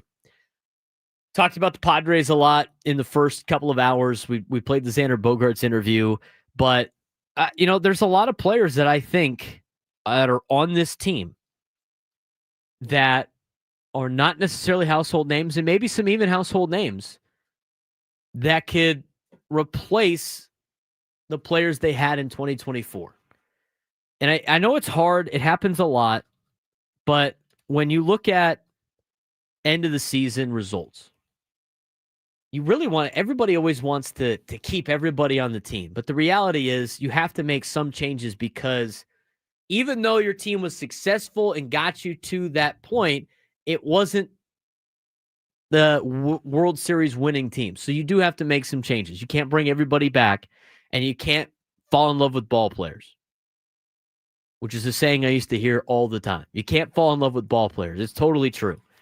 And so for some of those guys that you probably could have brought back, a David Peralta, a Donovan Solano, a Jurickson Profar, even a player like Tanner Scott. There's going to be other players like that are going to be able to pick up where those guys left off. There's always going to be new faces that fans will fall in love with. And we got a list of those players and who might be able to fill the void in our Padres fill in the blank that we're going to talk about in the next hour. Who's this year's David Peralta going to be? Who's this year's Donovan Solano going to be? Who's this year's Jurickson Profar going to be? Who's this year's Michael King going to be? Who's this year's Jackson Merrill going to be? Or is that later on in a couple of years? Who's this year's Tanner Scott going to be? I'd like to hear from you guys on that, and I'll give you my own picks on that as well. 833-288-0973, 833-288-0973. We're going to talk about that in the noon hour. Do want to get back to the phones, though. Let's go out to Eric in San Diego. Eric, you're on the Braden Surprenant Show. What's going on? Hey, Braden. First of all, want to congratulate you. Obviously, circumstances, it goes 50-50, but congratulations. Enjoy listening to you on the weekends and during any else, so congratulations. Got you on the midday now. Thank you very much, Eric. Yeah. So, I'm not local to San Diego, but I've been here, 4 or 5 years now. Do you think kind of where we're at with the Aztecs, UCSD, Aztec women, we've got San Diego FC.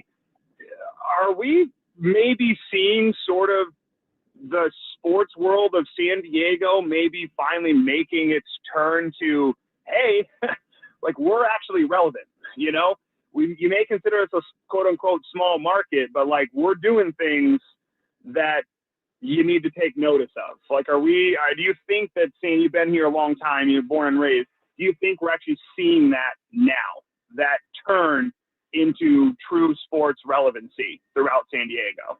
That's a great question, Eric, and I appreciate the phone call. We're going to start the next hour coming up, and I'm going to answer that question when we come back. But, are we finally in a spot in San Diego where we have become and we're starting to become relevant in the sports world? Could this lead to potential more teams coming to San Diego? That's an interesting thought.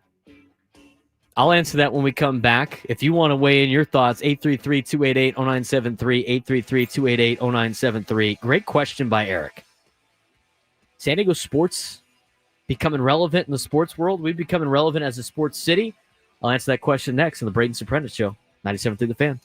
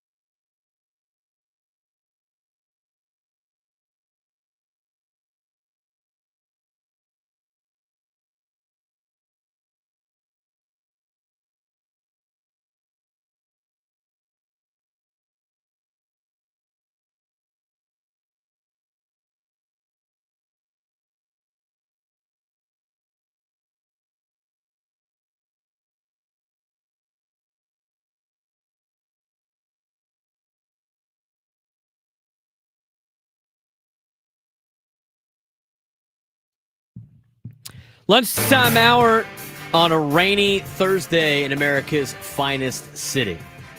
I had a great phone call to end the last hour. Eric in San Diego asked the question, with the success that the Padres have had and Aztec basketball and Aztec women's basketball and all the local colleges, UCSD is doing great as well. Point Loma Nazarene has done a good job in Division II. MLS team now off to a good start. We'll talk more about the MLS in our next segment, as well as give away tickets for their upcoming game on Saturday. 2 tickets to this Saturday San Diego FC game against the Columbus Crew at Snapdragon Stadium. You get tickets now at sandiegofc.com/tickets. San Diego Wave did well. The Legion have done well. The Goals started off strong their first year here and then kind of fell off, but the Ducks organization has started to turn it around in the last couple of months. The Goals have been red hot. So the question was, has San Diego started to become more relevant in the grand scheme of things in the sports world as not a city that isn't a sports town? I would say that it is. I think it's slower than people think. Slowly but surely becoming a sports town. I think the Padres' success has been a major part of that. I think obviously getting an MLS team is a part of that. I think the Aztecs going to a Final Four a couple of years ago and being a contender every year for the NCAA tournament is a part of that. I think UCSD's recent success is a part of that. USD's Olympic sports, slightly. And the thing is the majority of the sports, obviously, that people really want to care about are at the highest level. And right now, the only team that's in town is the Padres. But I think where it started to turn in favor of San Diego is honestly when the Chargers left. I think when the Chargers left, it allowed for other teams and other entities to really come into their own sports-wise in San Diego. I think the growth that the community has had in the last couple of years has allowed that. I think the fact that a lot of people can get behind the San Diego Padres and what they have done to fill the void of the Chargers has done that. I think the fact that the Chargers leaving and some of their fans saying, the hell with them, I'm going to root for somebody else in San Diego, that not necessarily were Padre fans jumping on the Padres fandom. And then the Padres going out and spending money has led to this particular point. And making San Diego and Petco Park specifically the place to be on the weekends and on weeknights over the summertime has gotten fans to the point where they like doing that with other sports in town. I think it's slowly growing. I don't think we're at that level yet. But I think with the way that the Padres filled the void, they filled the void of the Chargers for a lot of people. I think the way that they made all these moves at the right time, I think the way that the business side of things of the Padres and Petco Park made Petco Park the place to be and the party to be has led to a lot of people that will go to games, have a great time, and want to be able to do that year-round. And so they'll go buy season tickets for other teams in town. They enjoy going to the Goals games. They enjoy going to the Seals games. They enjoy going to the local colleges. Treating the local colleges like that professional level organization, especially in the ones for the teams of the leagues that we don't have, NBA, NHL. It'd be nice for San Diego State football to get going and get the city behind them. I mean, that's been a major challenge for decades. They got to be able to play better to win people over. I mean, the facility's nice, and people love going to Snapdragon, but they got to build the football team up. Because if they don't build the football team up, That's bad news for the Aztecs. And I'm surprised they haven't done it yet. It's part of their plans, but they got to start building up around the stadium, too. That's where they make all their money back, and it gets people in the area. I mean, San Diego State football, even though it's fun to tailgate, I still think it's a dying breed. It's a dying element of American sports. But with the plans that the Aztecs had in place for the Mission Valley land, they were going to put in a bunch of retail and everything surrounding the stadium, which should be bars and restaurants to get people down there. College football game, go watch some college games at some local establishments right next to Snapdragon, and then walk into the stadium for a football game. That's the next order of business, I think, for San Diego, especially the Aztecs. But their biggest problem is they can't get out of the way of their own admin. They have a potential to do a lot of great things with that football program with the brand new stadium, but they got to embrace it and they got to dive in. They got to do what UCSD is doing and just being fully involved in making their athletics important and having that brand and pumping the money into the program. They do it for basketball. They got to start doing it for football. But hopefully the way that this is, and I think a lot of people in Southern California are liking sports a lot more. I think the Padres have helped out with that. And hopefully with the MLS team and the way that San Diego has supported a lot of different teams now, it will lead to more teams coming to San Diego. I get the question all the time. If you could pick one league to bring in to San Diego, what league would it be? I'd take any of them, to be honest with you. That's usually my answer. I know they're working on trying to build a new arena down at the sports arena. That's half the problem of the city is the facilities. But the ones that have good facilities have a lot of good turnout.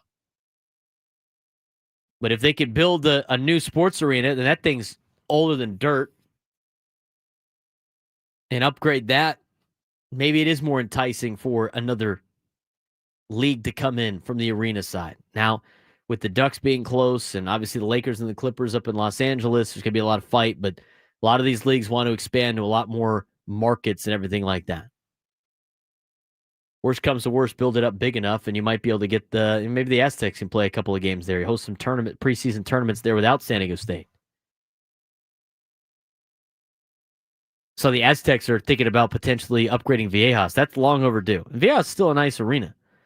But with all the new areas that you can go to games or like where you go to stadiums and they have all these group seating and these nice clubs to be in and everything like Snapdragon's got, it's only a matter of time for Aztec basketball starts getting those as well. But I think a lot of people that have moved to San Diego have embraced the San Diego teams. I think a lot of the fact that it becomes harder and harder to live here money-wise has kept a lot of people here instead of having new people show up. So the transplant population is not necessarily growing as much. And a lot of kids that are in my generation are staying with it and watching a lot of San Diego sports.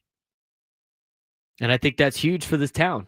The more support we could give for San Diego sports, I think the better it makes our sports city. And you'd love to be able to see more sports here in town at the professional level, and hopefully the college teams can get a lot better too, especially with Aztec football. That's a big void. We got Aztec basketball filling an NBA void, and it's going to be almost impossible to fill an NFL level void, but it would be nice to get Aztec football going in town. Just hired a brand new general manager. See how that plays out. I still believe in Sean Lewis, even after the first year of Aztec Fast was more like Aztec Slow. They kept a lot of the good core players.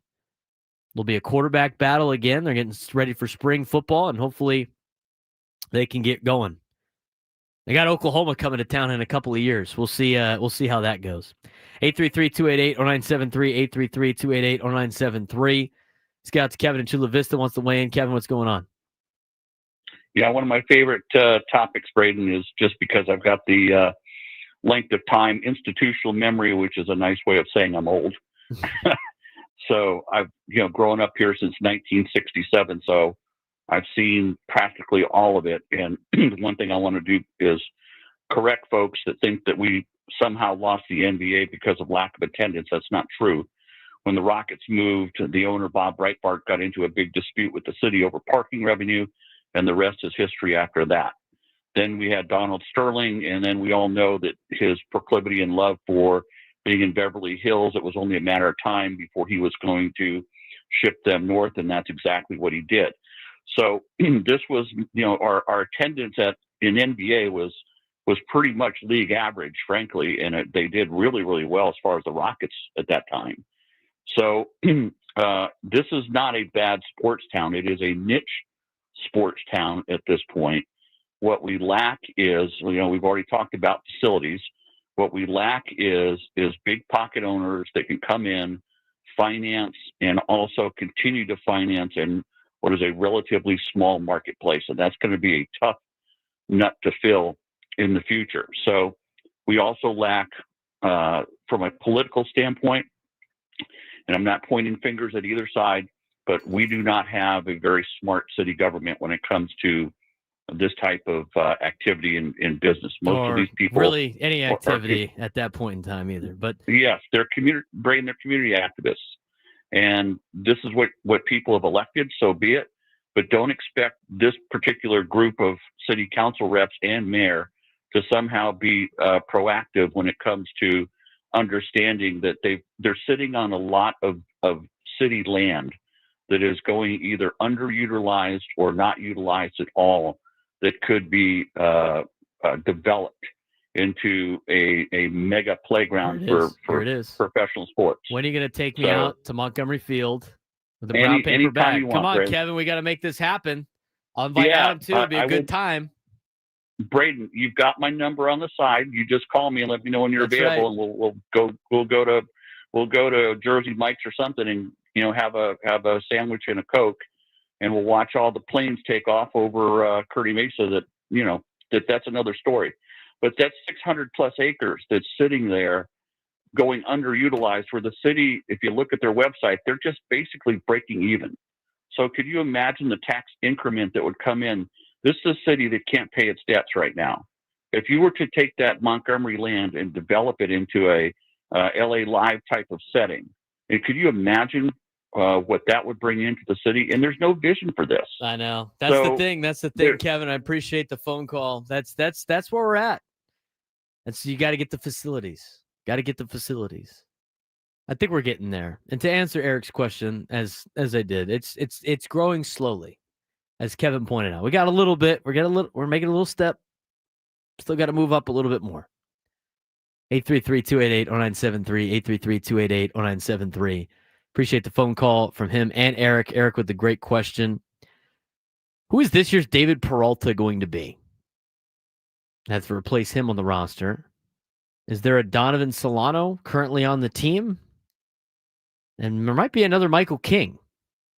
I'm going to answer the question as we fill in the blank with the San Diego Padres when we come back. I got news for a lot of people that are upset about some of the guys that left. It might be better than you think. We might have the replacements on this roster ready to go, and we could pick up where we left off in 2024. Talk about that next. The Braden Surprenant Show on San Diego's #1 sports station, 97.3 The Fan.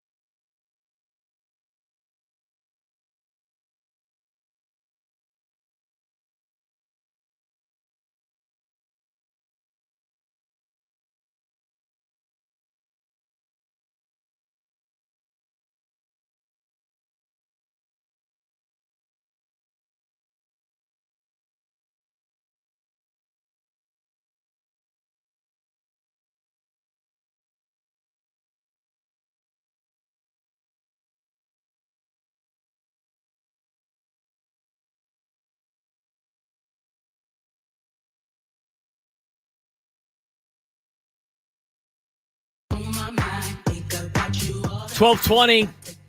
Championship week for college basketball has continued. Mountain West Conference has gotten underway with the number 1 seed New Mexico Lobos and the 8 seed San Jose State Spartans. Winner of that game will play the winner of San Diego State and Boise State, which will tip off at about 2:30, which is naturally fitting for our all Aztec show and Tony Gwynn Jr. and Chris Ello to be on the airwaves during that. They will keep you updated on the Aztecs. We'll get you a preview of the Aztec-Boise State game coming up at 1 o'clock and what the Brian Dutcher effect has been on Aztec basketball. I mean, he has done such a remarkable job with San Diego State from the time he was the head coach in waiting with Steve Fisher and what Steve Fisher started with that, with him and Dutch, and then what Dutcher has done to continue the success. I mean, I think a lot of people, when Steve Fisher retired, thought, we'll on a little bit of a fringe about whether or not Brian Dutcher could keep it up. And God, he has done that and even more. I mean, taking San Diego State to a national championship, I know that was a couple of years ago and we got to close the yearbook and always think forward and think to the future. San Diego State basketball was in a national championship. That's insane. I mean, just to think about it, it's so crazy. I just think, and I talked about this the other day, just with teams that I've rooted for not winning. I mean, that's just something I never thought would ever happen or I would ever witness. So now they're battling in the Mountain West tournament. They'll play Boise State. Boise State's playing for their lives. San Diego State, a loss won't knock them out, but it'll make it very sketchy on Sunday. I'd rather have a more comfortable Sunday than have to sweat out the NCAA tournament selection show.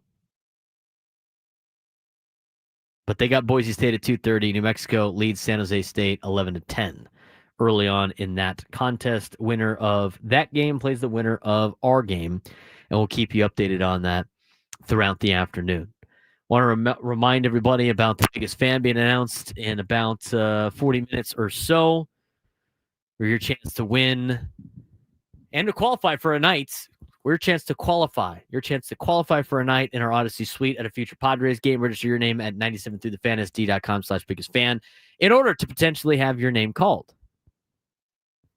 We're going to be giving away tickets as we go to break to the MLS game coming up on Saturday as San Diego FC plays against the Columbus Crew at Snapdragon Stadium. Get your tickets now at sandiegofc.com/tickets. We'll be giving those away as we go to break before we get you to the bubble that needs to be updated for the bracket and everything like that. I did want to talk about the San Diego Padres in a sense of a lot of fans this offseason were worried about players leaving. A lot of fans during the offseason were worried about players leaving. Wanted to bring back David Peralta. He ends up going to Seattle. Donovan Solano. He ends up going to Seattle. Wanted to bring back David Peralta. He's still technically a free agent.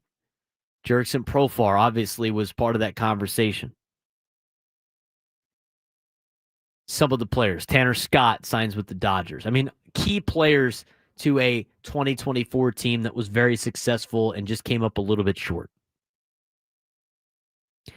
So, how do you fill those voids? Well, sometimes you do it via free agency, and sometimes there's just players on the team that just step up. I mean, you're going to have good years out of some guys, and you're going to have some bad years out of some guys. But I think there's enough on this team to fill some of the voids that left in free agency or match what some of the players did last season. We're going to call it fill in the blank. And to me, I'm going to start off with some of the players that were role guys last year. Guys that came in and were signed to very small deals and filled out the roster, put veterans on the bench. And some of them signed late, too, because they were waiting for other moves to be made throughout baseball. I'm talking, of course, about David Peralta and Donovan Solano. The 2025 San Diego Padres are going to have one of each. This year's David Peralta is Jason Hayward. I mean, David Peralta the last couple of years had been okay. I think he's one of those players that, and when the Padres picked him up, I thought he was one of those guys, man, I wish I had this guy 3 or 4 years ago. Because David Peralta in the Diamondbacks was a perennial player. I mean, he used to destroy the Padres, and he did not have the success in Los Angeles. Bounces around a little bit after that, and then found a home with the Padres and did very well. He was that player that came in with the right attitude of, look, I'm trying to win a World Series. I'm up there in age. I'll help out in any way I can. Whatever I can do to help the team win is what I want to do. And that was David Peralta last year for the Padres. In 2023, with the Dodgers, was okay. Wasn't the best, but was okay. At a 0.6 WAR. David Peralta coming off the bench was a good player. To me, I think that's Jason Hayward. Jason Hayward's in a very similar position. Jason Hayward was a great player with Atlanta when he came up. He ended up going to play for the Cubs and won a World Series after a small stint in St. Louis when he was traded to St. Louis. Put up some really big numbers in his age 20 to 25 season in Atlanta and St. Louis. He was at 6.4 WAR, 5.5 WAR, 3.6 WAR, 5.5, 6.9. Had some decent years in Chicago, but really his best was right after they won a World Series. And then again in 2019. And after that, it's been under 2. But David Peralta had an under 1 WAR as well. Didn't play a lot of games. But I think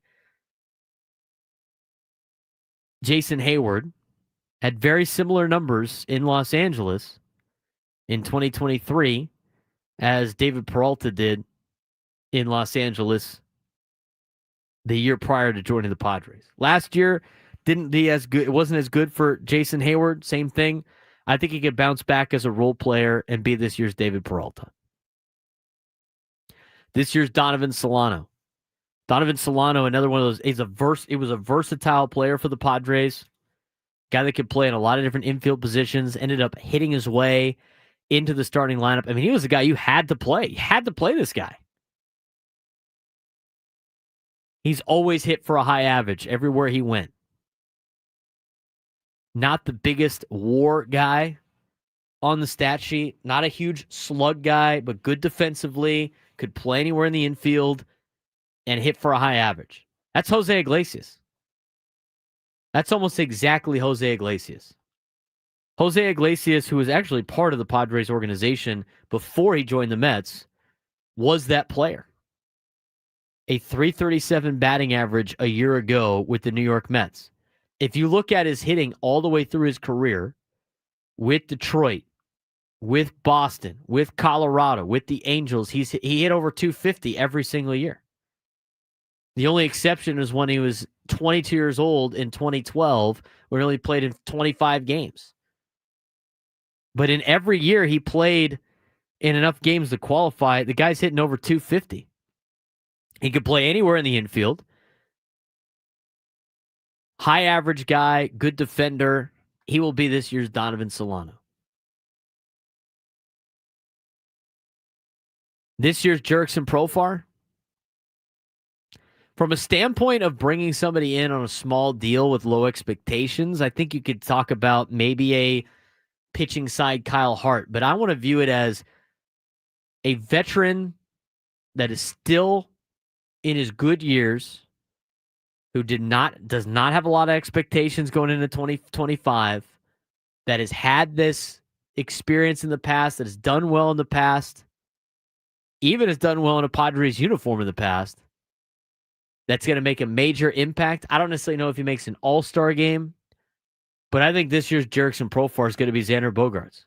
We talked about him earlier on the show, about the success that he had in that first year, about all the differences that he made this offseason after a rough season last year where he was banged up.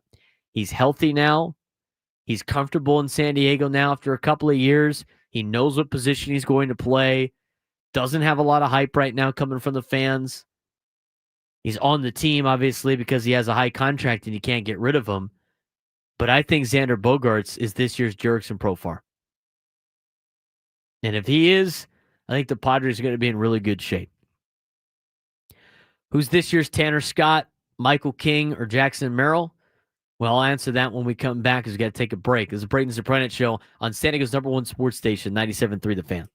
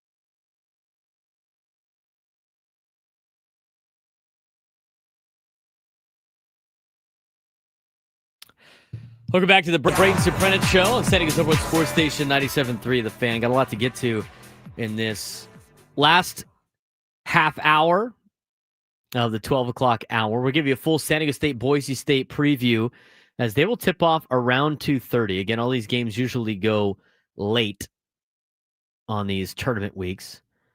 New Mexico is currently in a scoring drought of the last 5 minutes of gameplay. San Jose State leads New Mexico 19-16 on a 9-0 run in the last 2 minutes and 15 seconds as we are now at the under 8 break zone in Las Vegas. They haven't gone to a break yet, but they're at the under 8 minute spot in the first half. We had a crazy finish in the SEC tournament. And we'll get to that in just a little bit. We're going to update you on some bracketology with the conference tournaments going on, and there's a lot of big games again today, and it will continue throughout the weekend that impact San Diego State and UCSD with some of the big teams playing their way in and playing their way out of the NCAA tournament on that bubble. Latest bubble for March Madness does not involve Arkansas anymore because apparently a win over South Carolina was good enough, but we'll see if that changes after this crazy finish. Arkansas, Ole Miss tied at 80 in Nashville, Tennessee. Way of Brazil talking to his teammates, almost like trying to ice the shooter. The 3. Was he too early saying ball game? I mean, he says ball game. There's still 1.3 seconds left, and then Arkansas still got a shot off. I mean, if Arkansas would have hit that, it would have been ball game. It would have been overtime. We're going to overtime in Nashville. Not going overtime in Nashville. Arkansas is done. They won one game against the worst team in the SEC down to the wire, and they got onioned by Ole Miss on a buzzer beater to end that one. We'll keep you updated on March Madness conference tournaments as the afternoon progresses. 21-16 lead for San Jose State. Off to a good start against New Mexico. Again, the winner of that game plays the winner of San Diego State and Boise State, which will tip off around 2:30. Finishing up the Padres roster of what player will be last year's player. Fill in the blank. San Diego Padres 2025. Talked about David Peralta. We talked about Donovan Solano. We even talked about Jurickson Profar, in which we think Jason Hayward will be the new David Peralta. Donovan Solano this year will be Jose Iglesias. And this year's Jurickson Profar, from the standpoint of a veteran with not a lot of expectations that over succeeds, Xander Bogaerts. Got to go with 2 pitchers next. This year's Michael King. Michael King, we're going to evaluate as one of those players of hadn't made too many starts in his major league career, yet went out there and had an electric 2025 season. Pitched his way to a point where he was arguably the best pitcher in the starting rotation come playoff time. Not a lot of expectations with Michael King coming into the season last year.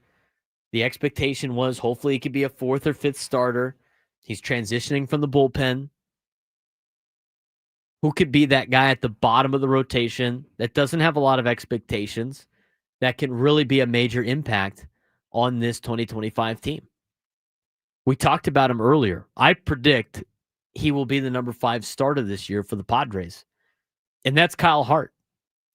We talked about Kyle Hart earlier in the show. I like his energy. I like where he's at. I like his mentality.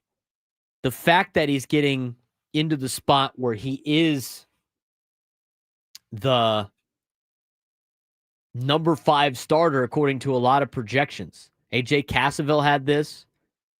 Sports Illustrated just picked it up.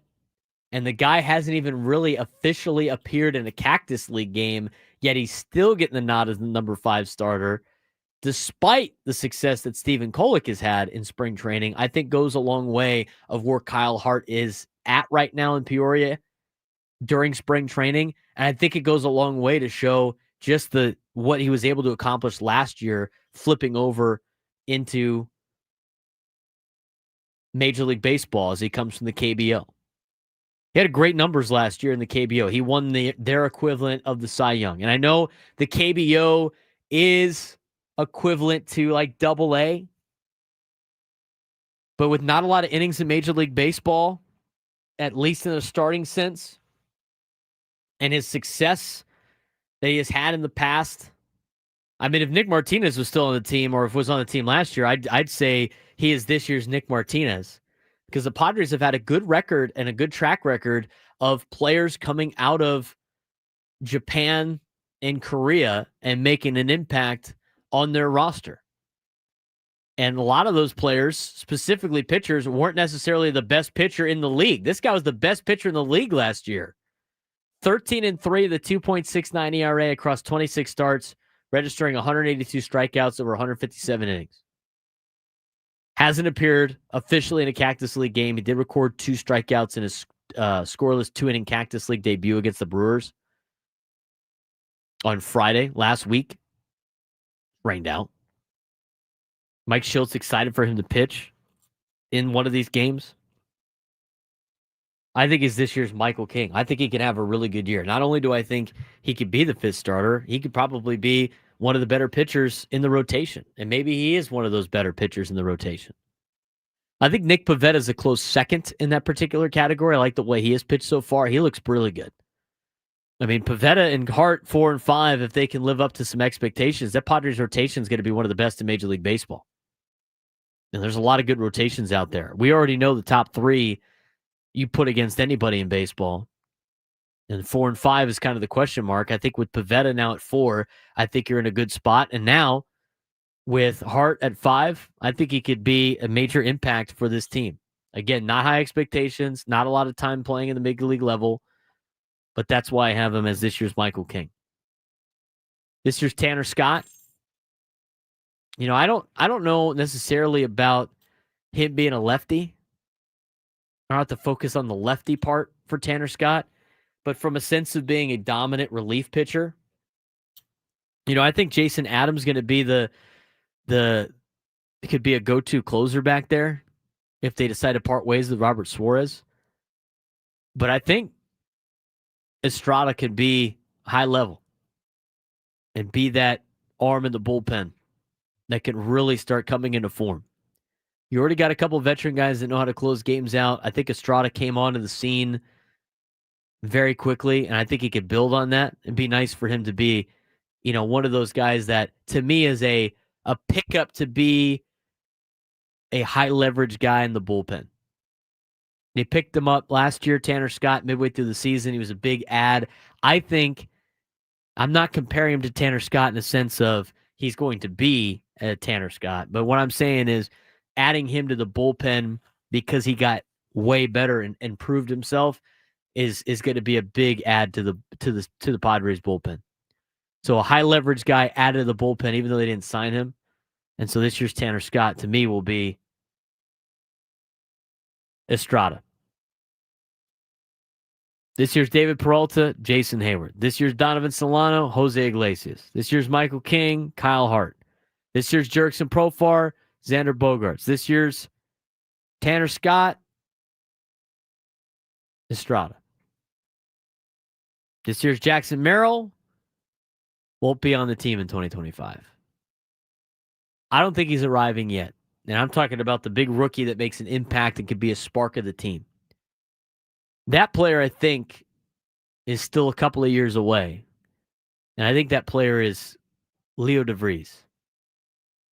From everything that he's brought to the table for the teams that he's played on in the minor leagues, and just his small amount of time that he has had in big league camp before he was sent down to minor league camp, I think Leo DeVries is another one of those Jackson Merrill players that is a shortstop, high energy, diehard wants to win player that brings that edge every single day and could be that spark for the team that we saw Jackson Merrill be last year.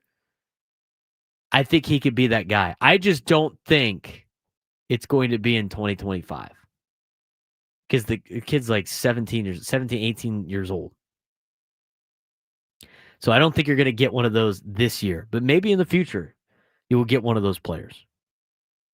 833-288-0973, 833-288-0973 if you want to weigh in on fill in the blank, who this year's David Peralta will be, who this year's Donovan Solano will be, this year's Michael King will be, some of the players from last year for the Padres that you might already have the team this year.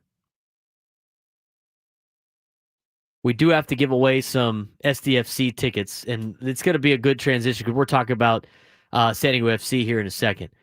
If you are the 5th caller, you will win tickets right now to San Diego FC's upcoming game on Saturday against Columbus Crew at Snapdragon Stadium. Be the 5th caller, 833-288-0973, 833-288-0973, and you'll win 2 tickets to this Saturday's San Diego FC game against the Columbus Crew at Snapdragon Stadium. If you don't win the tickets, you can get tickets now at sandiegofc.com/tickets. 833-288-0973, 833-288-0973. Looking for the 5th caller, and you will win tickets to the Saturday's game.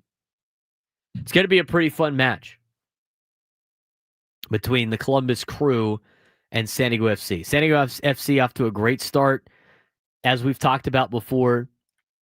And there was an interesting article earlier this week about the MLS and how some of their executives do not necessarily like this TV contract with Apple. MLS team execs say league needs to end the deal with Apple. I think we have to be more linear and be on more linear outlets. We have to be on ABC, NBC, Fox more regularly. So the MLS has entered year 3 of its media rights agreement with Apple. And the lack of accessibility for fans continues to be a concern for a number of league executives. Beginning this season, Apple and MLS have taken numerous steps to address those concerns. League has introduced a Sunday night soccer match window that is available in front of the MLS Season Pass paywall and designed to highlight the league's best teams.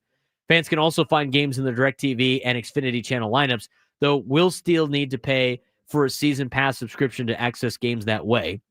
T-Mobile customers are able to access Season Pass for free. So essentially what you have to do in order to watch San Diego FC right now is you have to be an Apple TV Plus subscriber, and then you have to purchase the MLS Season Pass for $99. A lot of executives really don't like this because of the fact that they're not growing their game. They're not putting themselves out there to grow new fans. We got a brand new team here right now in San Diego for San Diego FC, and trying to get people to watch the game, they get turned off by the $100 they have to spend on top of getting Apple TV Plus when things are tight in the economy right now for most individuals who already have other streaming services. To pay $100 to try a product is very difficult to do. And so a lot of people just kind of wait for the highlights. Some of the best leagues in the world in soccer are available not only on linear television, but on streaming services like Peacock or Paramount Plus that cost significantly less than the MLS Season Pass and includes many other content offerings. It's easy to understand why executives and fans alike are feeling frustrated with what the MLS has. I've watched the highlights more times than not. I like to go find the game. But I don't have the capability of dropping $100 to try out a product. That's just not for me. I think it's great for the real fans that are diehard soccer fans that have been MLS fans forever. It's a pretty good deal. You get all the MLS games for $100, but for, people, especially in this community of San Diego, where you're trying out the team for the first time, it's hard to grow that product. This is what the Pac-12 was about to be. The Pac-12 was about to be a pay for play conference with Apple and Amazon, and the money that they were going to bring in probably wasn't going to be as much as they thought. It's a big reason why a lot of teams left the Pac-12 conference. But I think only a couple of leagues can actually operate by this philosophy of paying per league or paying per team in order to watch their product. I can watch the Anaheim Ducks for free right now on Victory Plus.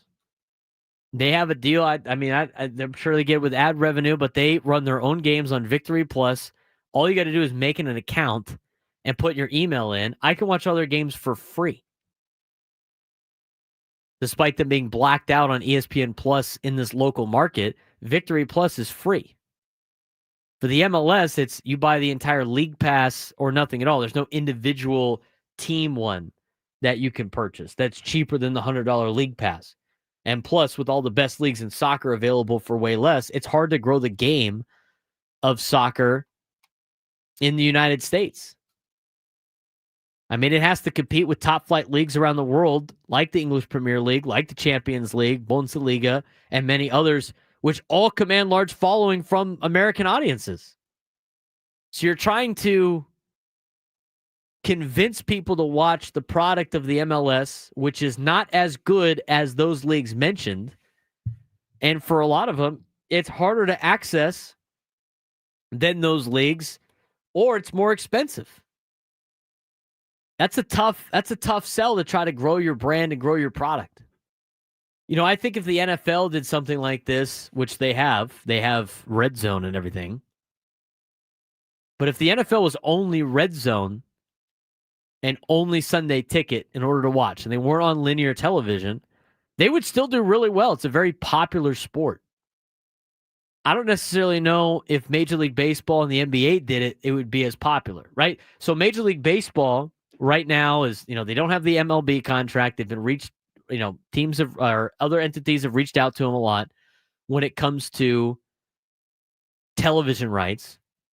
And with Amazon and Apple TV Plus trying to get part of the game, this could be a reality for Major League Baseball. This could be the big package you're talking about,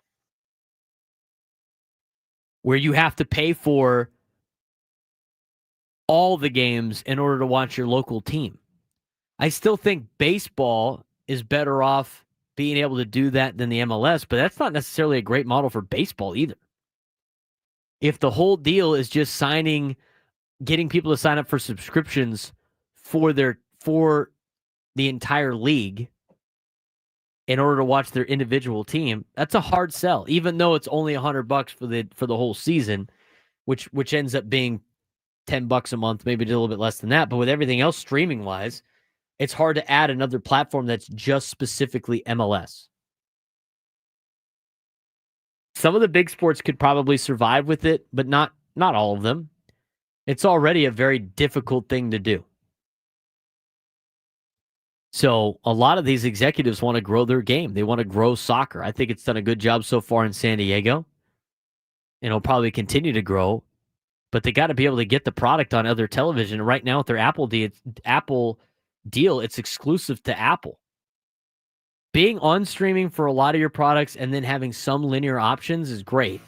Only doing streaming seems to be a problem right now for the MLS. Limited presence on linear television. They only get 34 matches between Fox and Fox Sports 1. Only 2 of those matches feature their biggest star, Lionel Messi. Tough to grow the game when you're not on television. You'll start the 1 o'clock hour. We'll get you an update on this New Mexico San Jose State game, plus a preview Aztecs and Boise State. They tip off at 2:30 on 97.3 The Fan.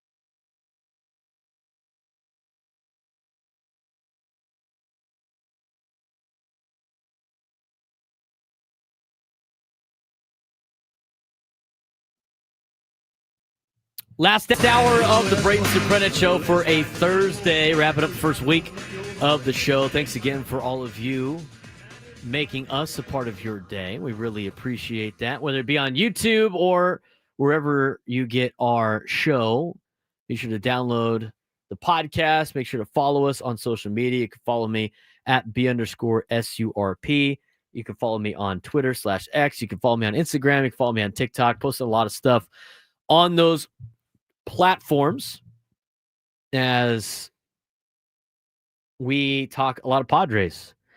Padres game had gotten underway earlier today because of the rain expected in Surprise. So they've been playing against the Royals so far.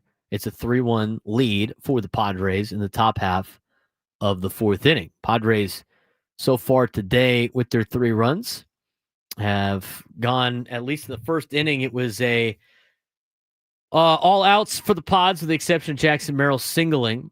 And then in the bottom half of the first, the 1-2-3 inning worked for the Padres starting pitcher today, which was, if my computer will not act up. And it's got completely frozen. Sweet. Yu Darvish, 3 innings, 1 earned run, 2 hits, 2 walks, and 3 strikeouts so far. So again, Padres up 3-1. We'll talk more about that in just a second, but we do want to give out today's biggest fan. Congratulations to today's biggest fan, Sharon White from El Cajon. Sharon White from El Cajon. Give us a call back within the next 10 minutes at 833-288-0973, and you'll qualify for a grand prize. 20 tickets for you and your friends for a night in our Odyssey Suite at a Padres game later this season. Remember to register your name at 973thefansd.com/biggest fan. Sharon White from El Cajon. 10 minutes from now. You got till right about we go to break to call 833-288-0973, 833-288-0973. If you're a friend of Sharon's, let her know. Sharon White from El Cajon, call in. You have now qualified if you can call in within the next 10 minutes. 833-288-0973. Who won our soccer tickets? Do we know? Congratulations to Fernando Torres. Fernando Torres. We're going to the San Diego FC game on Saturday. Congratulations to him. Sharon White's got 9 minutes to call the show.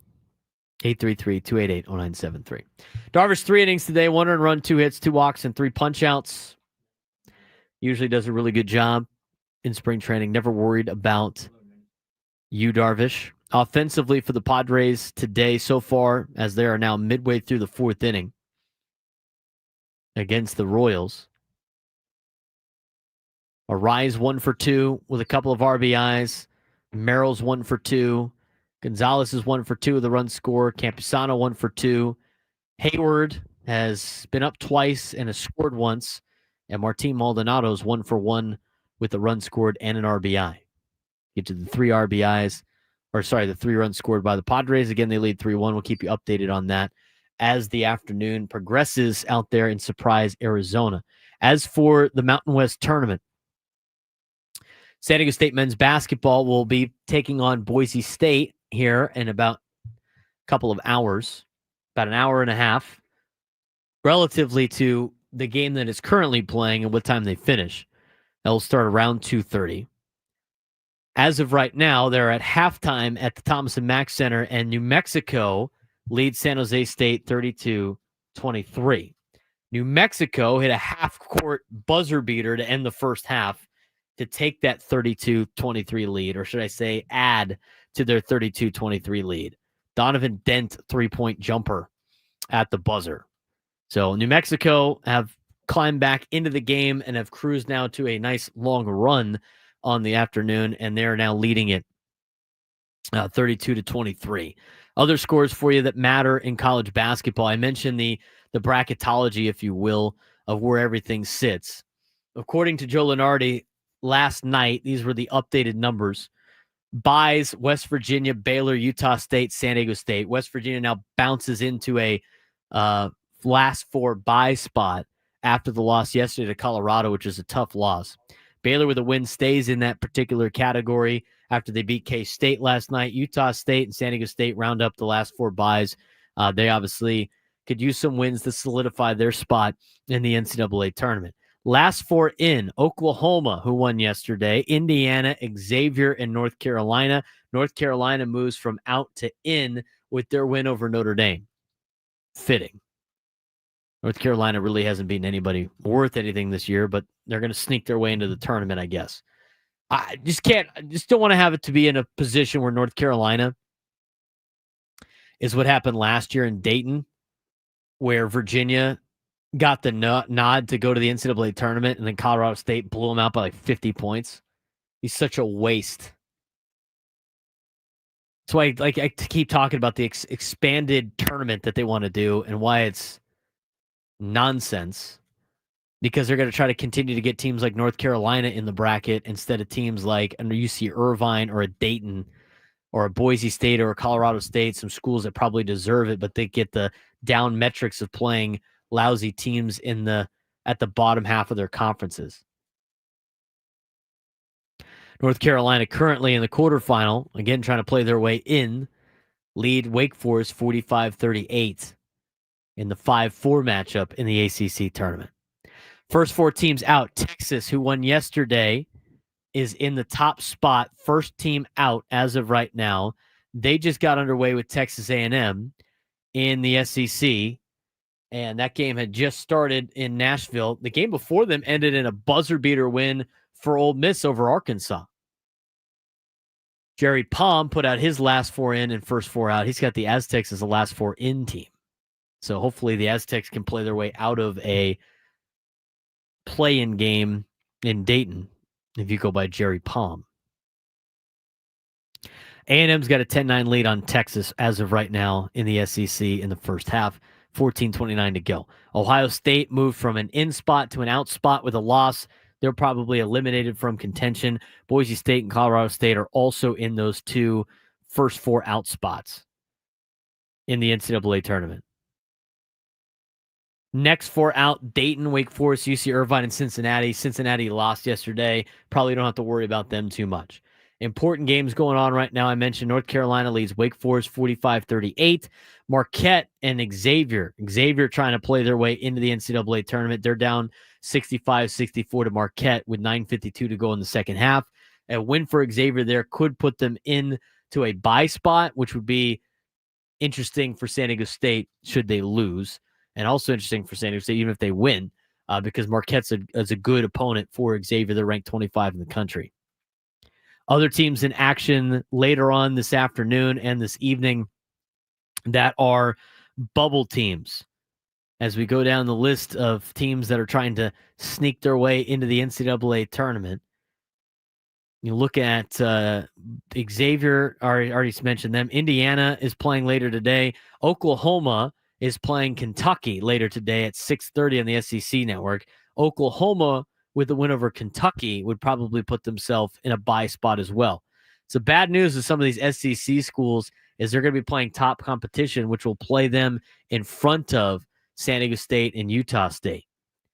Other teams in action, Utah State, speaking of, will play UNLV in the nightcap of the Mountain West tournament. That game will get underway at 8:30. They're 1 spot in front of San Diego State as of right now. They swept them this year. Other games that have already gone final that might have an impact. Indiana already lost to Oregon. Oregon won 72-59. So Indiana might drop out at this point. We'll see what happens with the Hoosiers. Oregon, a ranked team, obviously a good team. Not so bad of a loss for them. And that's basically a look at the bubble right now for the conference tournaments. Now let's talk about San Diego State a little bit more specifically. Aztecs have their game against Boise State tonight, this afternoon at 2:30 at the Thomas & Mack Center in Las Vegas, Nevada. San Diego State leads the all-time series 20-13 Mountain West tournament. Aztecs hold a 4-1 advantage in neutral site games against Boise State, including a 73-67 win as the 4 seed back in 2013. Recent games, San Diego State has won the last 3 meetings against Boise, with the most recent game a 64-47 win back in February of 2025. this year. Aztecs 21-8 on the year. They're 13-5 in Mountain West play. Obviously, the strengths tonight and this afternoon and strengths for the Aztecs all season has been, they've done a really good job at home, but that doesn't factor in at this point in time. It's been their defense. They've been a really good defensive team, and they've done a good job in the Mountain West tournament with this defense. Major freshman impacts with Farrell Compton and Magoon Guath and Taj DeGorville. They have been major contributors. A lot of them have earned Freshman of the Week honors multiple times this year. Magoon Guath won Defensive Player of the Year in the Mountain West. And Magoon Guath, he goes with the list of Aztecs that have won that award now 4 straight times. You don't have the level of success San Diego State has without playing really good defense. And that has been the biggest component for this team year in and year out. With Steve Fisher, then into Brian Dutcher. That Aztec defense has been the big talking point for them in conference tournaments and in regular season for that matter. That's the thing that's going to keep them in games with a lot of these high-level, high-talented Power 4 schools in the NCAA tournament if they can make it through this Mountain West tournament here with a couple of wins, maybe just even one. Entered as a 4 seed, earned a bye into the quarterfinals for the 19th time in 20 seasons. Aztecs have a 17-game winning streak in the quarterfinals of the Mountain West tournament. They're 47-19 all-time at the Thomas and Mack Center, including a dominant 14-3 record since 2014 in that place against teams like UNLV. Calls it home, which is obviously not a factor tonight. Aztecs 5-2 in their last 7 games. Nick Boyd playing at a high level. He's averaging 17 points per game and shooting 50% in that stretch. I look for the Aztecs to have a good day defensively. It's hard to beat a team 3 times. Brian Dutcher said in the media this week when asked about the game, I know it's hard to beat a team 3 times. It might be one of the hardest things to do in sports. We were lucky enough to beat them 1 time because of how talented they are. So it's going to be a tough matchup today. We'll break it down a little bit further in just a little bit, including some Boise State keynotes of what they're trying to do in order to knock off the Aztecs. We continue on the Braden Surprenant Show in just a little bit on San Diego's #1 sports station, 97.3 The Fan.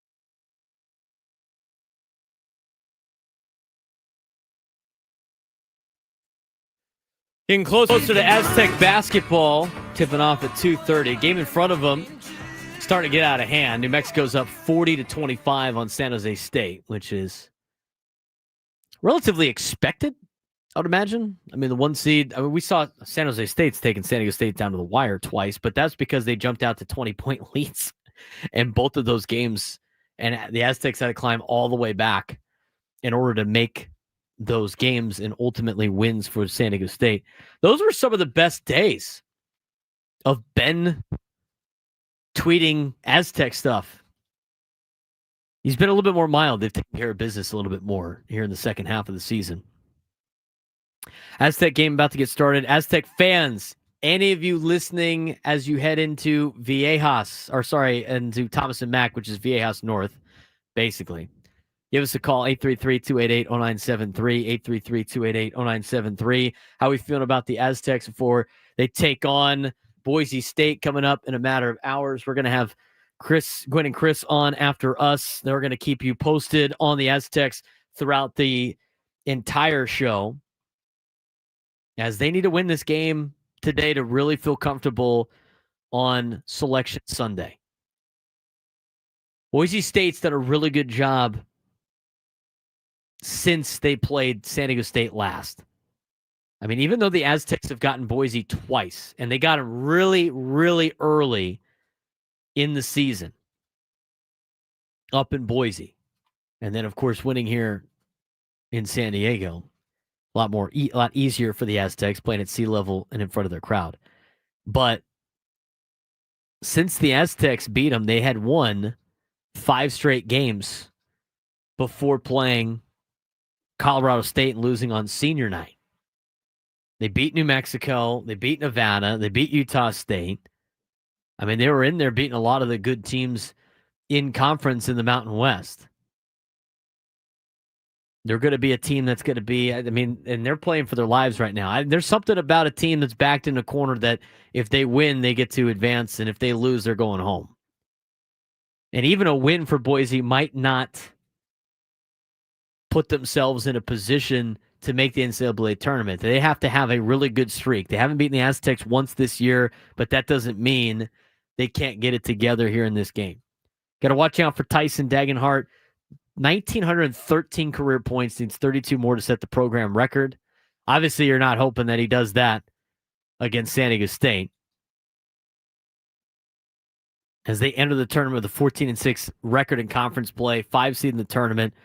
Boise has had a strong season, but they've struggled against San Diego State and Mountain West tournament in the past, with their only victory coming in the 2022 championship game. Can Boise State find a way to break through San Diego State's elite defense, which has been a key factor of their success? I would say look for the Aztecs to continue their dominant defensive play, limiting Boise's scoring opportunities, and then hopefully Miles Bird and the Aztec offense really take over. It'd be good to have a good game out of Miles Bird, for sure. 833-288-0973, 833-288-0973. Let's get out to Paul and Ramona wants to weigh in. Paul, what's going on? How's your Thursday? Hey, good, Braden. How are you, man? I'm doing well. Trying to stay dry, although the sun's starting to peek out a little bit here in Serra Mesa. Just for a second now, it's gone away up in Ramona. Hey, Braden, I just want to say, man, I'm so proud of you. I used to remember you with Coach, and I just think that it's kind of been it's been a long way or whatever coming, but you deserve it, and you kick butt, brother. I appreciate that. You deserve this show, man. It's awesome.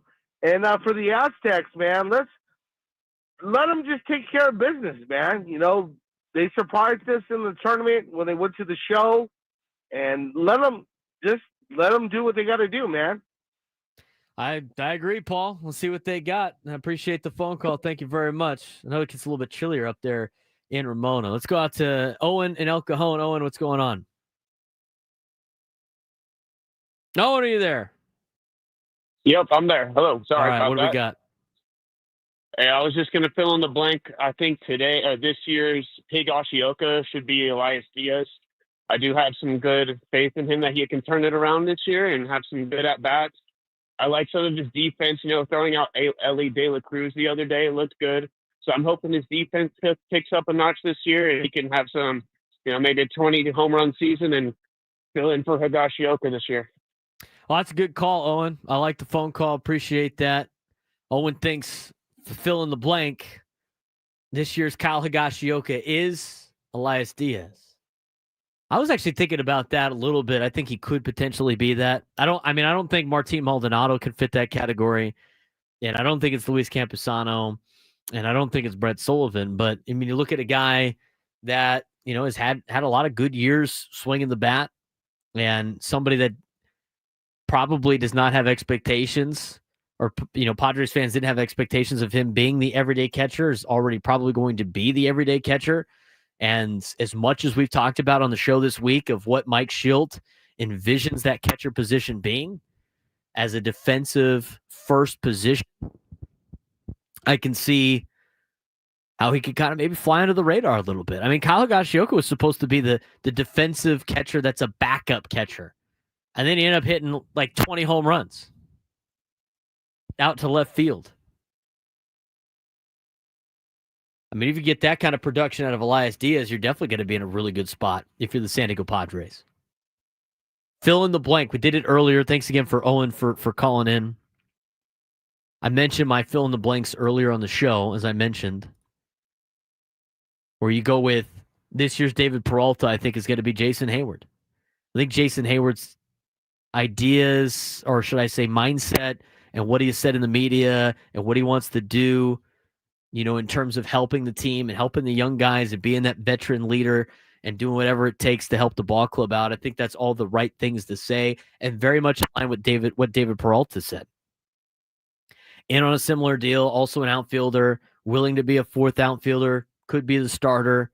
We'll see how it progresses via at-bats. Not necessarily on the right side of his career, getting up there in age. Struggled last year a little bit with Los Angeles and Houston when he was picked up by the Astros late in the year last year. I could see him having a little bit of a bounce back and maybe helping this team like David Peralta did. Donovan Solano. I could see the new Donovan Solano being Jose Iglesias. I don't even think that's that crazy of a comparison. The versatility that Iglesias brings, the way he swings the bat, he hits for a high average. He can spell a lot of different guys. He'd be coming off the bench. Maybe he could play himself into a starting spot. He's got that veteran presence as well. And he's coming off a great year last year for the New York Mets. I could see Jose Iglesias being this year's Donovan Solano. And the last one really for me that I think is going to be a major impact for this organization is this year's Jurickson Profar, in a sense of a veteran player that is not expected to be a huge contributor, right? Not expected to have huge numbers, at least from the fans. Probably expected to be based on his contract, which is different than Jurickson's when he was here. But to me, this year's Jurickson Profar, I think, is going to be Xander Bogaerts.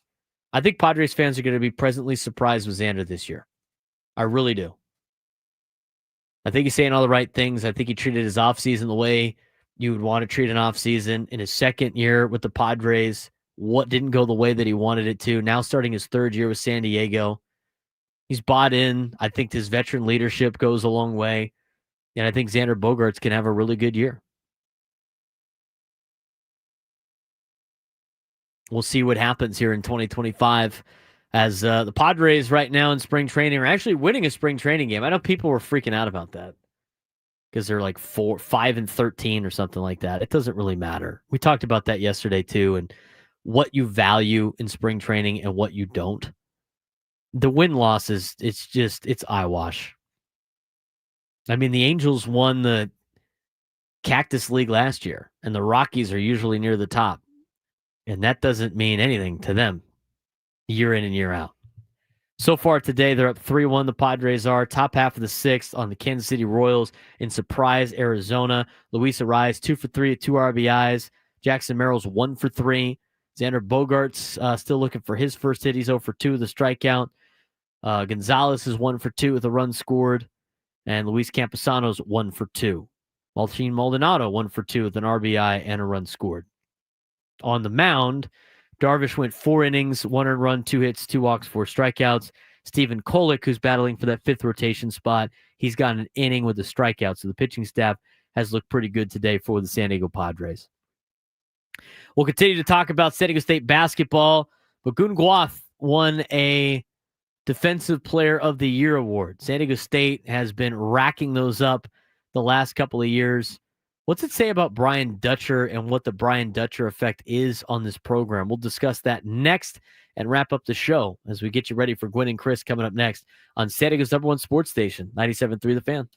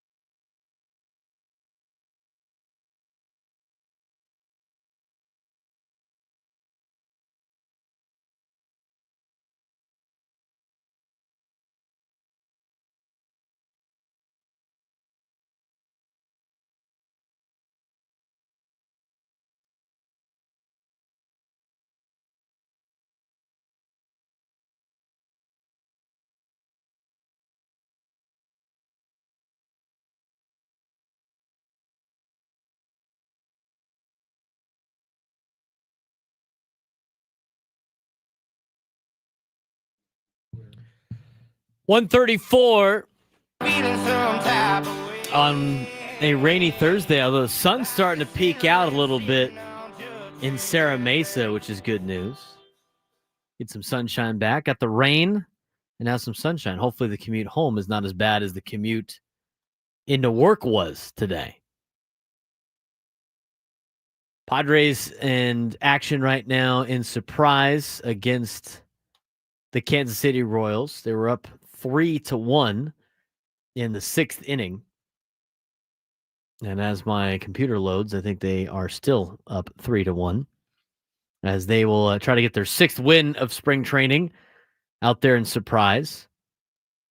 It doesn't really matter what the wins and losses are. I mean, I know people are freaking out about that, but we're in that lull now of just trying to get to March 27th and opening day so we can dive into real baseball that matters and talk about real baseball that matters instead of all these hypotheticals of should we evaluate how good Gavin Sheets' numbers are? Is that a really sign for he should be making the team? Or same thing when things go wrong, like, oh, Dylan Cease? It's just spring training. Is he washed or is it just spring training? It's just too many overreactions with spring training baseball. Today, the pitching staff for the Padres did really well so far as they are now into the bottom of the 6th inning. Kolek is pitching still. Darvish went 4 innings today, 1 earned run on 2 hits, 2 walks, and 4 strikeouts. Kolek has gone an inning and has allowed 1 hit and has punched out 1. 3-1 Padres over the Royals. Games in action in college basketball to pay attention to. The game that's on before the Aztecs, and the Aztecs are supposed to tip off in about an hour, but there's still 9:40 left in the game in front of them, and they have 30 minutes to warm up regardless. It's 46-35, New Mexico, 9:30 to go in Vegas as they lead San Jose State, although San Jose State just hit a 3 to make it 46-38. So that game still in action. Again, the winner of that game will play the winner of San Diego State and Boise State, which is coming up at 2:30.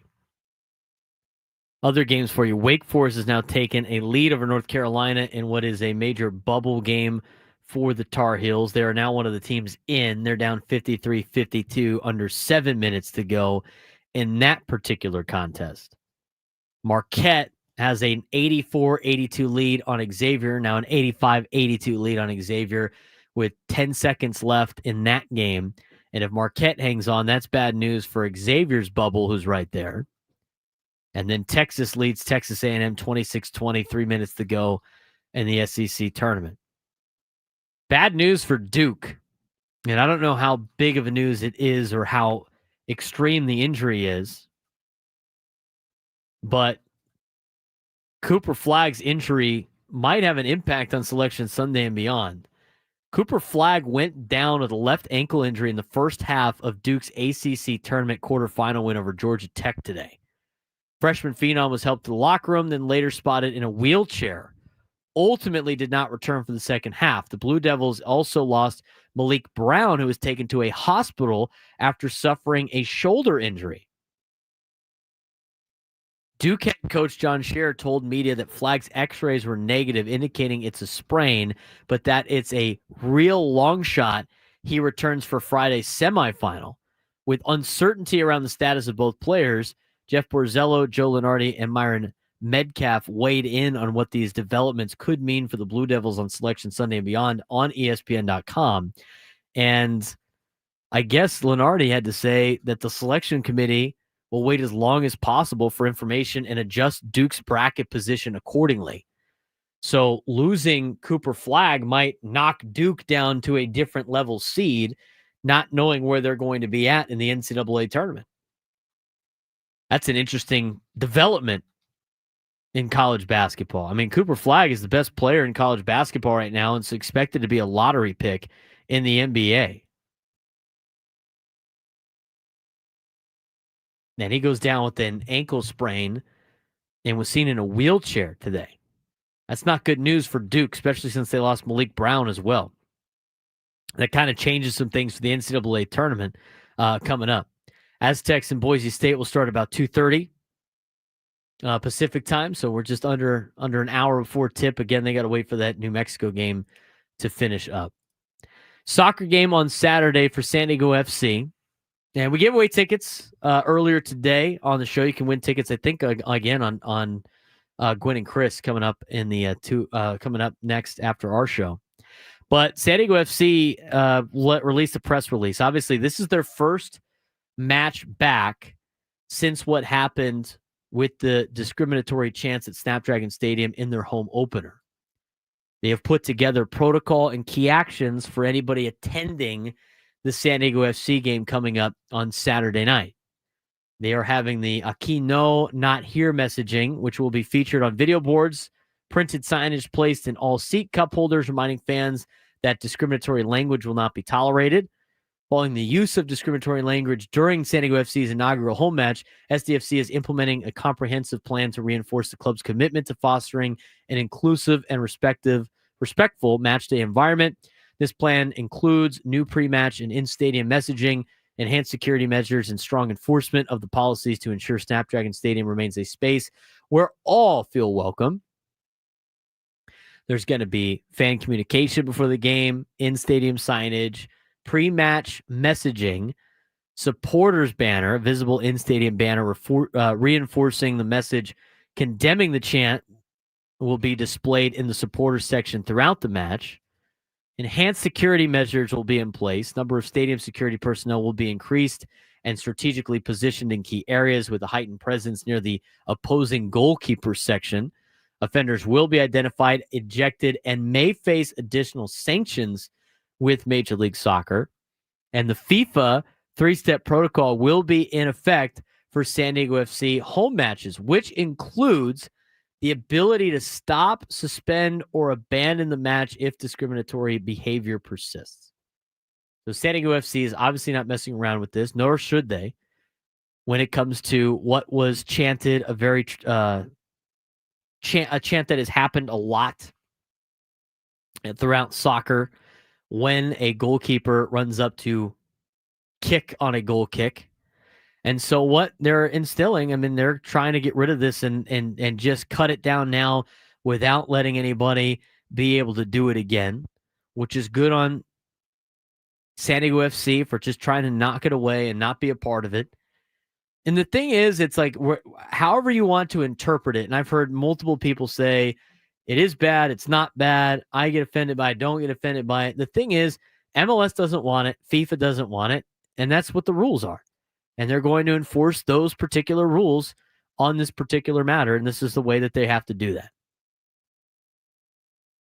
So good on San Diego FC for putting in a plan. I think they were a little caught off guard with just how much it was used in their last home game, and they're getting out in front of it as much as they can to try to make it a fun and safe environment for everybody to enjoy on Saturday night. And it should be a fun one between them and the Columbus Crew. Columbus Crew, one of the better teams in the Eastern Division to start the season.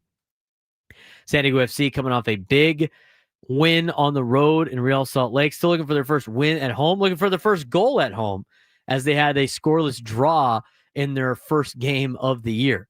But it looked like a fun atmosphere. Again, we gave out tickets for that. If you want to win tickets, the afternoon show will be giving away tickets to that as well. But overall, a pretty good showing in their first couple of games, which is not expected for a team that is coming in as an expansion team. Those teams usually struggle. But the way that they've played, the way that they've been aggressive, we talked about it earlier in the week. Love what Mike Ibarra said about what the team wants to do. They want to go after the game. They want to go win the game. They don't want to settle for draws on the road. They want the 3 points in the standings.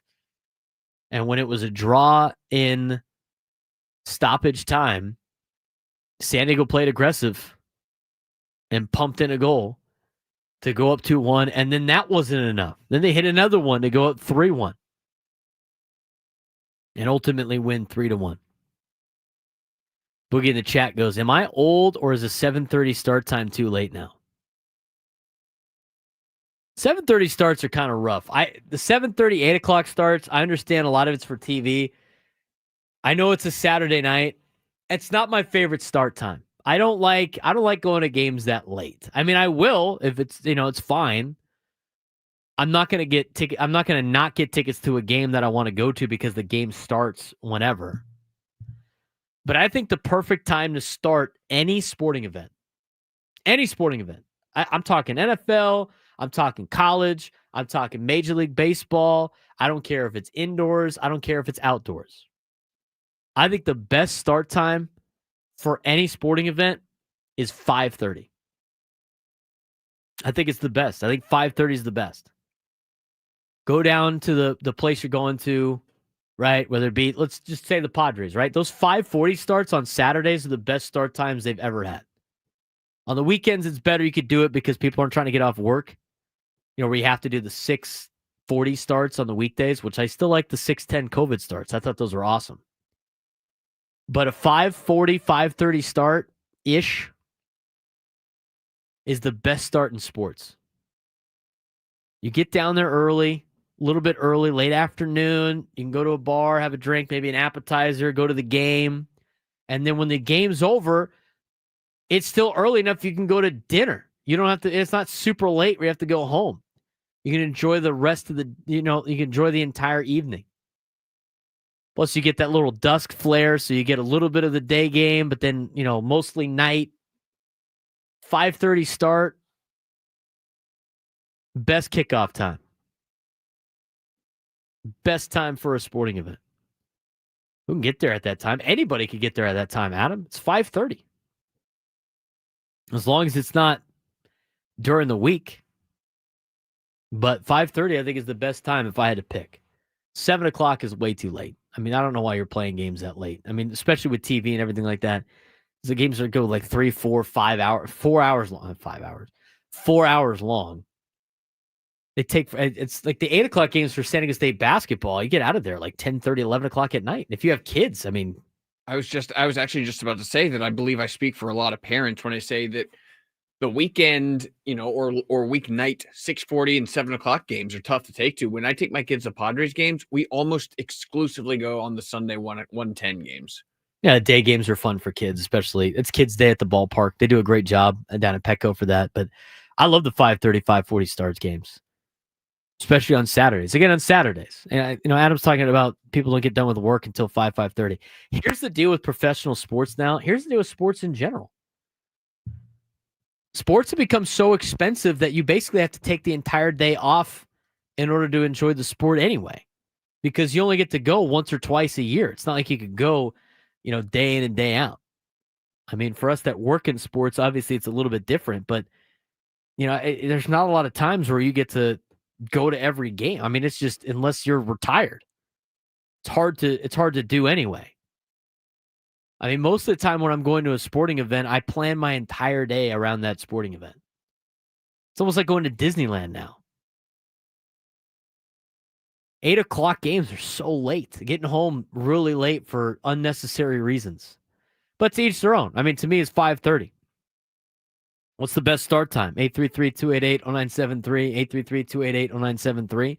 I think football is even the best at 5:30. Now, you did not make it out to the inaugural SDFC match, correct? I did not, no. You planning on going anytime soon? I'd like to. Every Saturday I got USD baseball at the same time. So it's hard for me to get out there. But I want to go check it out. I want to see the whole vibe. I saw the videos of the tailgate scene and everything like that. It was fun. I was there for the first match, and the parking lots were packed. There was tons of people out there tailgating. It'll be interesting to see how the very first match compares to how it is a month or two from now. But the first one, I mean, that was the most packed I've ever seen Snapdragon. Yeah, I mean, aside from like the early games, but you're going to get more of a tailgate crowd with the MLS crowd. What time did you get down there for that game? It was like, I think 7 or 7:10 kickoff. I was there an hour early, I'd say. Okay. I would imagine people were down there probably like 3 o'clock whenever the parking lot gates open to get in there. 7:30 is late. That's a late kickoff for a crowd like that. It was a 7:30 kick. It's a 7:30 kick. 6:30. That's a late kickoff for those for the partiers out there. I remember going to Charger games, and the night games would be like 5:20, right? Something like that. like an NBC, the Sunday Night Football game, people would start tailgating at 10 in the morning. It's a long time to get your groove on in the parking lot and try to make it through the whole day. 833-288-0973, 833-288-0973. You get to Brad and Escondido. Brad, what's going on, man? Braden, hey, I called the other day and realized the show is yours. Awesome. Yeah. Thank you. Thanks for taking calls like the coach used to do. Appreciate that. Absolutely. Brad, Hey. what do you got for me today? Best start. I like the Padres 6:40 time because when you're done, you got a little time for downtown and enjoy a cocktail, then go home. I think it's the perfect time. I really do. 6:40 during the week is great. Not the 5. You don't like the 5:40 on Saturdays? 5:40, yeah, that's during the week. 5:40s on Saturday is phenomenal because then you really got downtown. You can go enjoy it, let the crowds go, and if you Uber, it's a little bit cheaper because the surge pricing's gone. That's right. You go down, you go to the gas lamp, you have a good time. You Uber down and back, and you beat all the time. If you get down there, see, me and my buddies get down to Petco Park ridiculously early. I mean, I'm talking like after I get off work at 2:00. If I'm going to the game as a fan, I'm down there at 3:30, and I will gladly beat the crowd down there and hang out at some of the bars down there, like Bub's or Social Tap or Happy Duck, any of the ones down there in the gas lamp. I'd rather just be chill down there and get to the game early and then get into the game and then let everybody bail so I can Uber myself out of there as well. It's you got to plan ahead for these sporting events. That's what I'm talking about. You have to, especially with today's cost. I'll tell you, Margaritaville, man, downstairs, a good deal. All right. Say that. I'm going to have to check it out. I'm a fan of all the places down there in the gas lamp. Brad, All right. appreciate it. Hopefully, proud of you, man. Thank you very much. Hopefully we see you at opening day. We'll be at Baja Rick's. Feel free to stop by before the game. You got it. Thanks, Braden. Take care, man. All right. See you, Brad. I always go down there super early. I would rather get to a sporting event super early, especially with Petco Park, and hang out than try to roll in, which is different than a lot of people in my family that like to roll in like in the second inning. Because it's not, I would say not important, but it's just, some people run late a lot. I'd rather just get down there insanely early and enjoy my time, which is a little bit different than the airport. There's a lot of people that get into the airport way too early. I'm more kind of a tweener.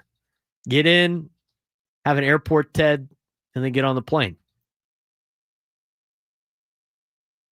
There are some people that get there way too freaking early, though. Same thing with sporting events. Get down there early, especially that's why it's so great to have. That's why I like tailgating too. You have to get down there super early to tailgate, enjoy your time, and then go to the game.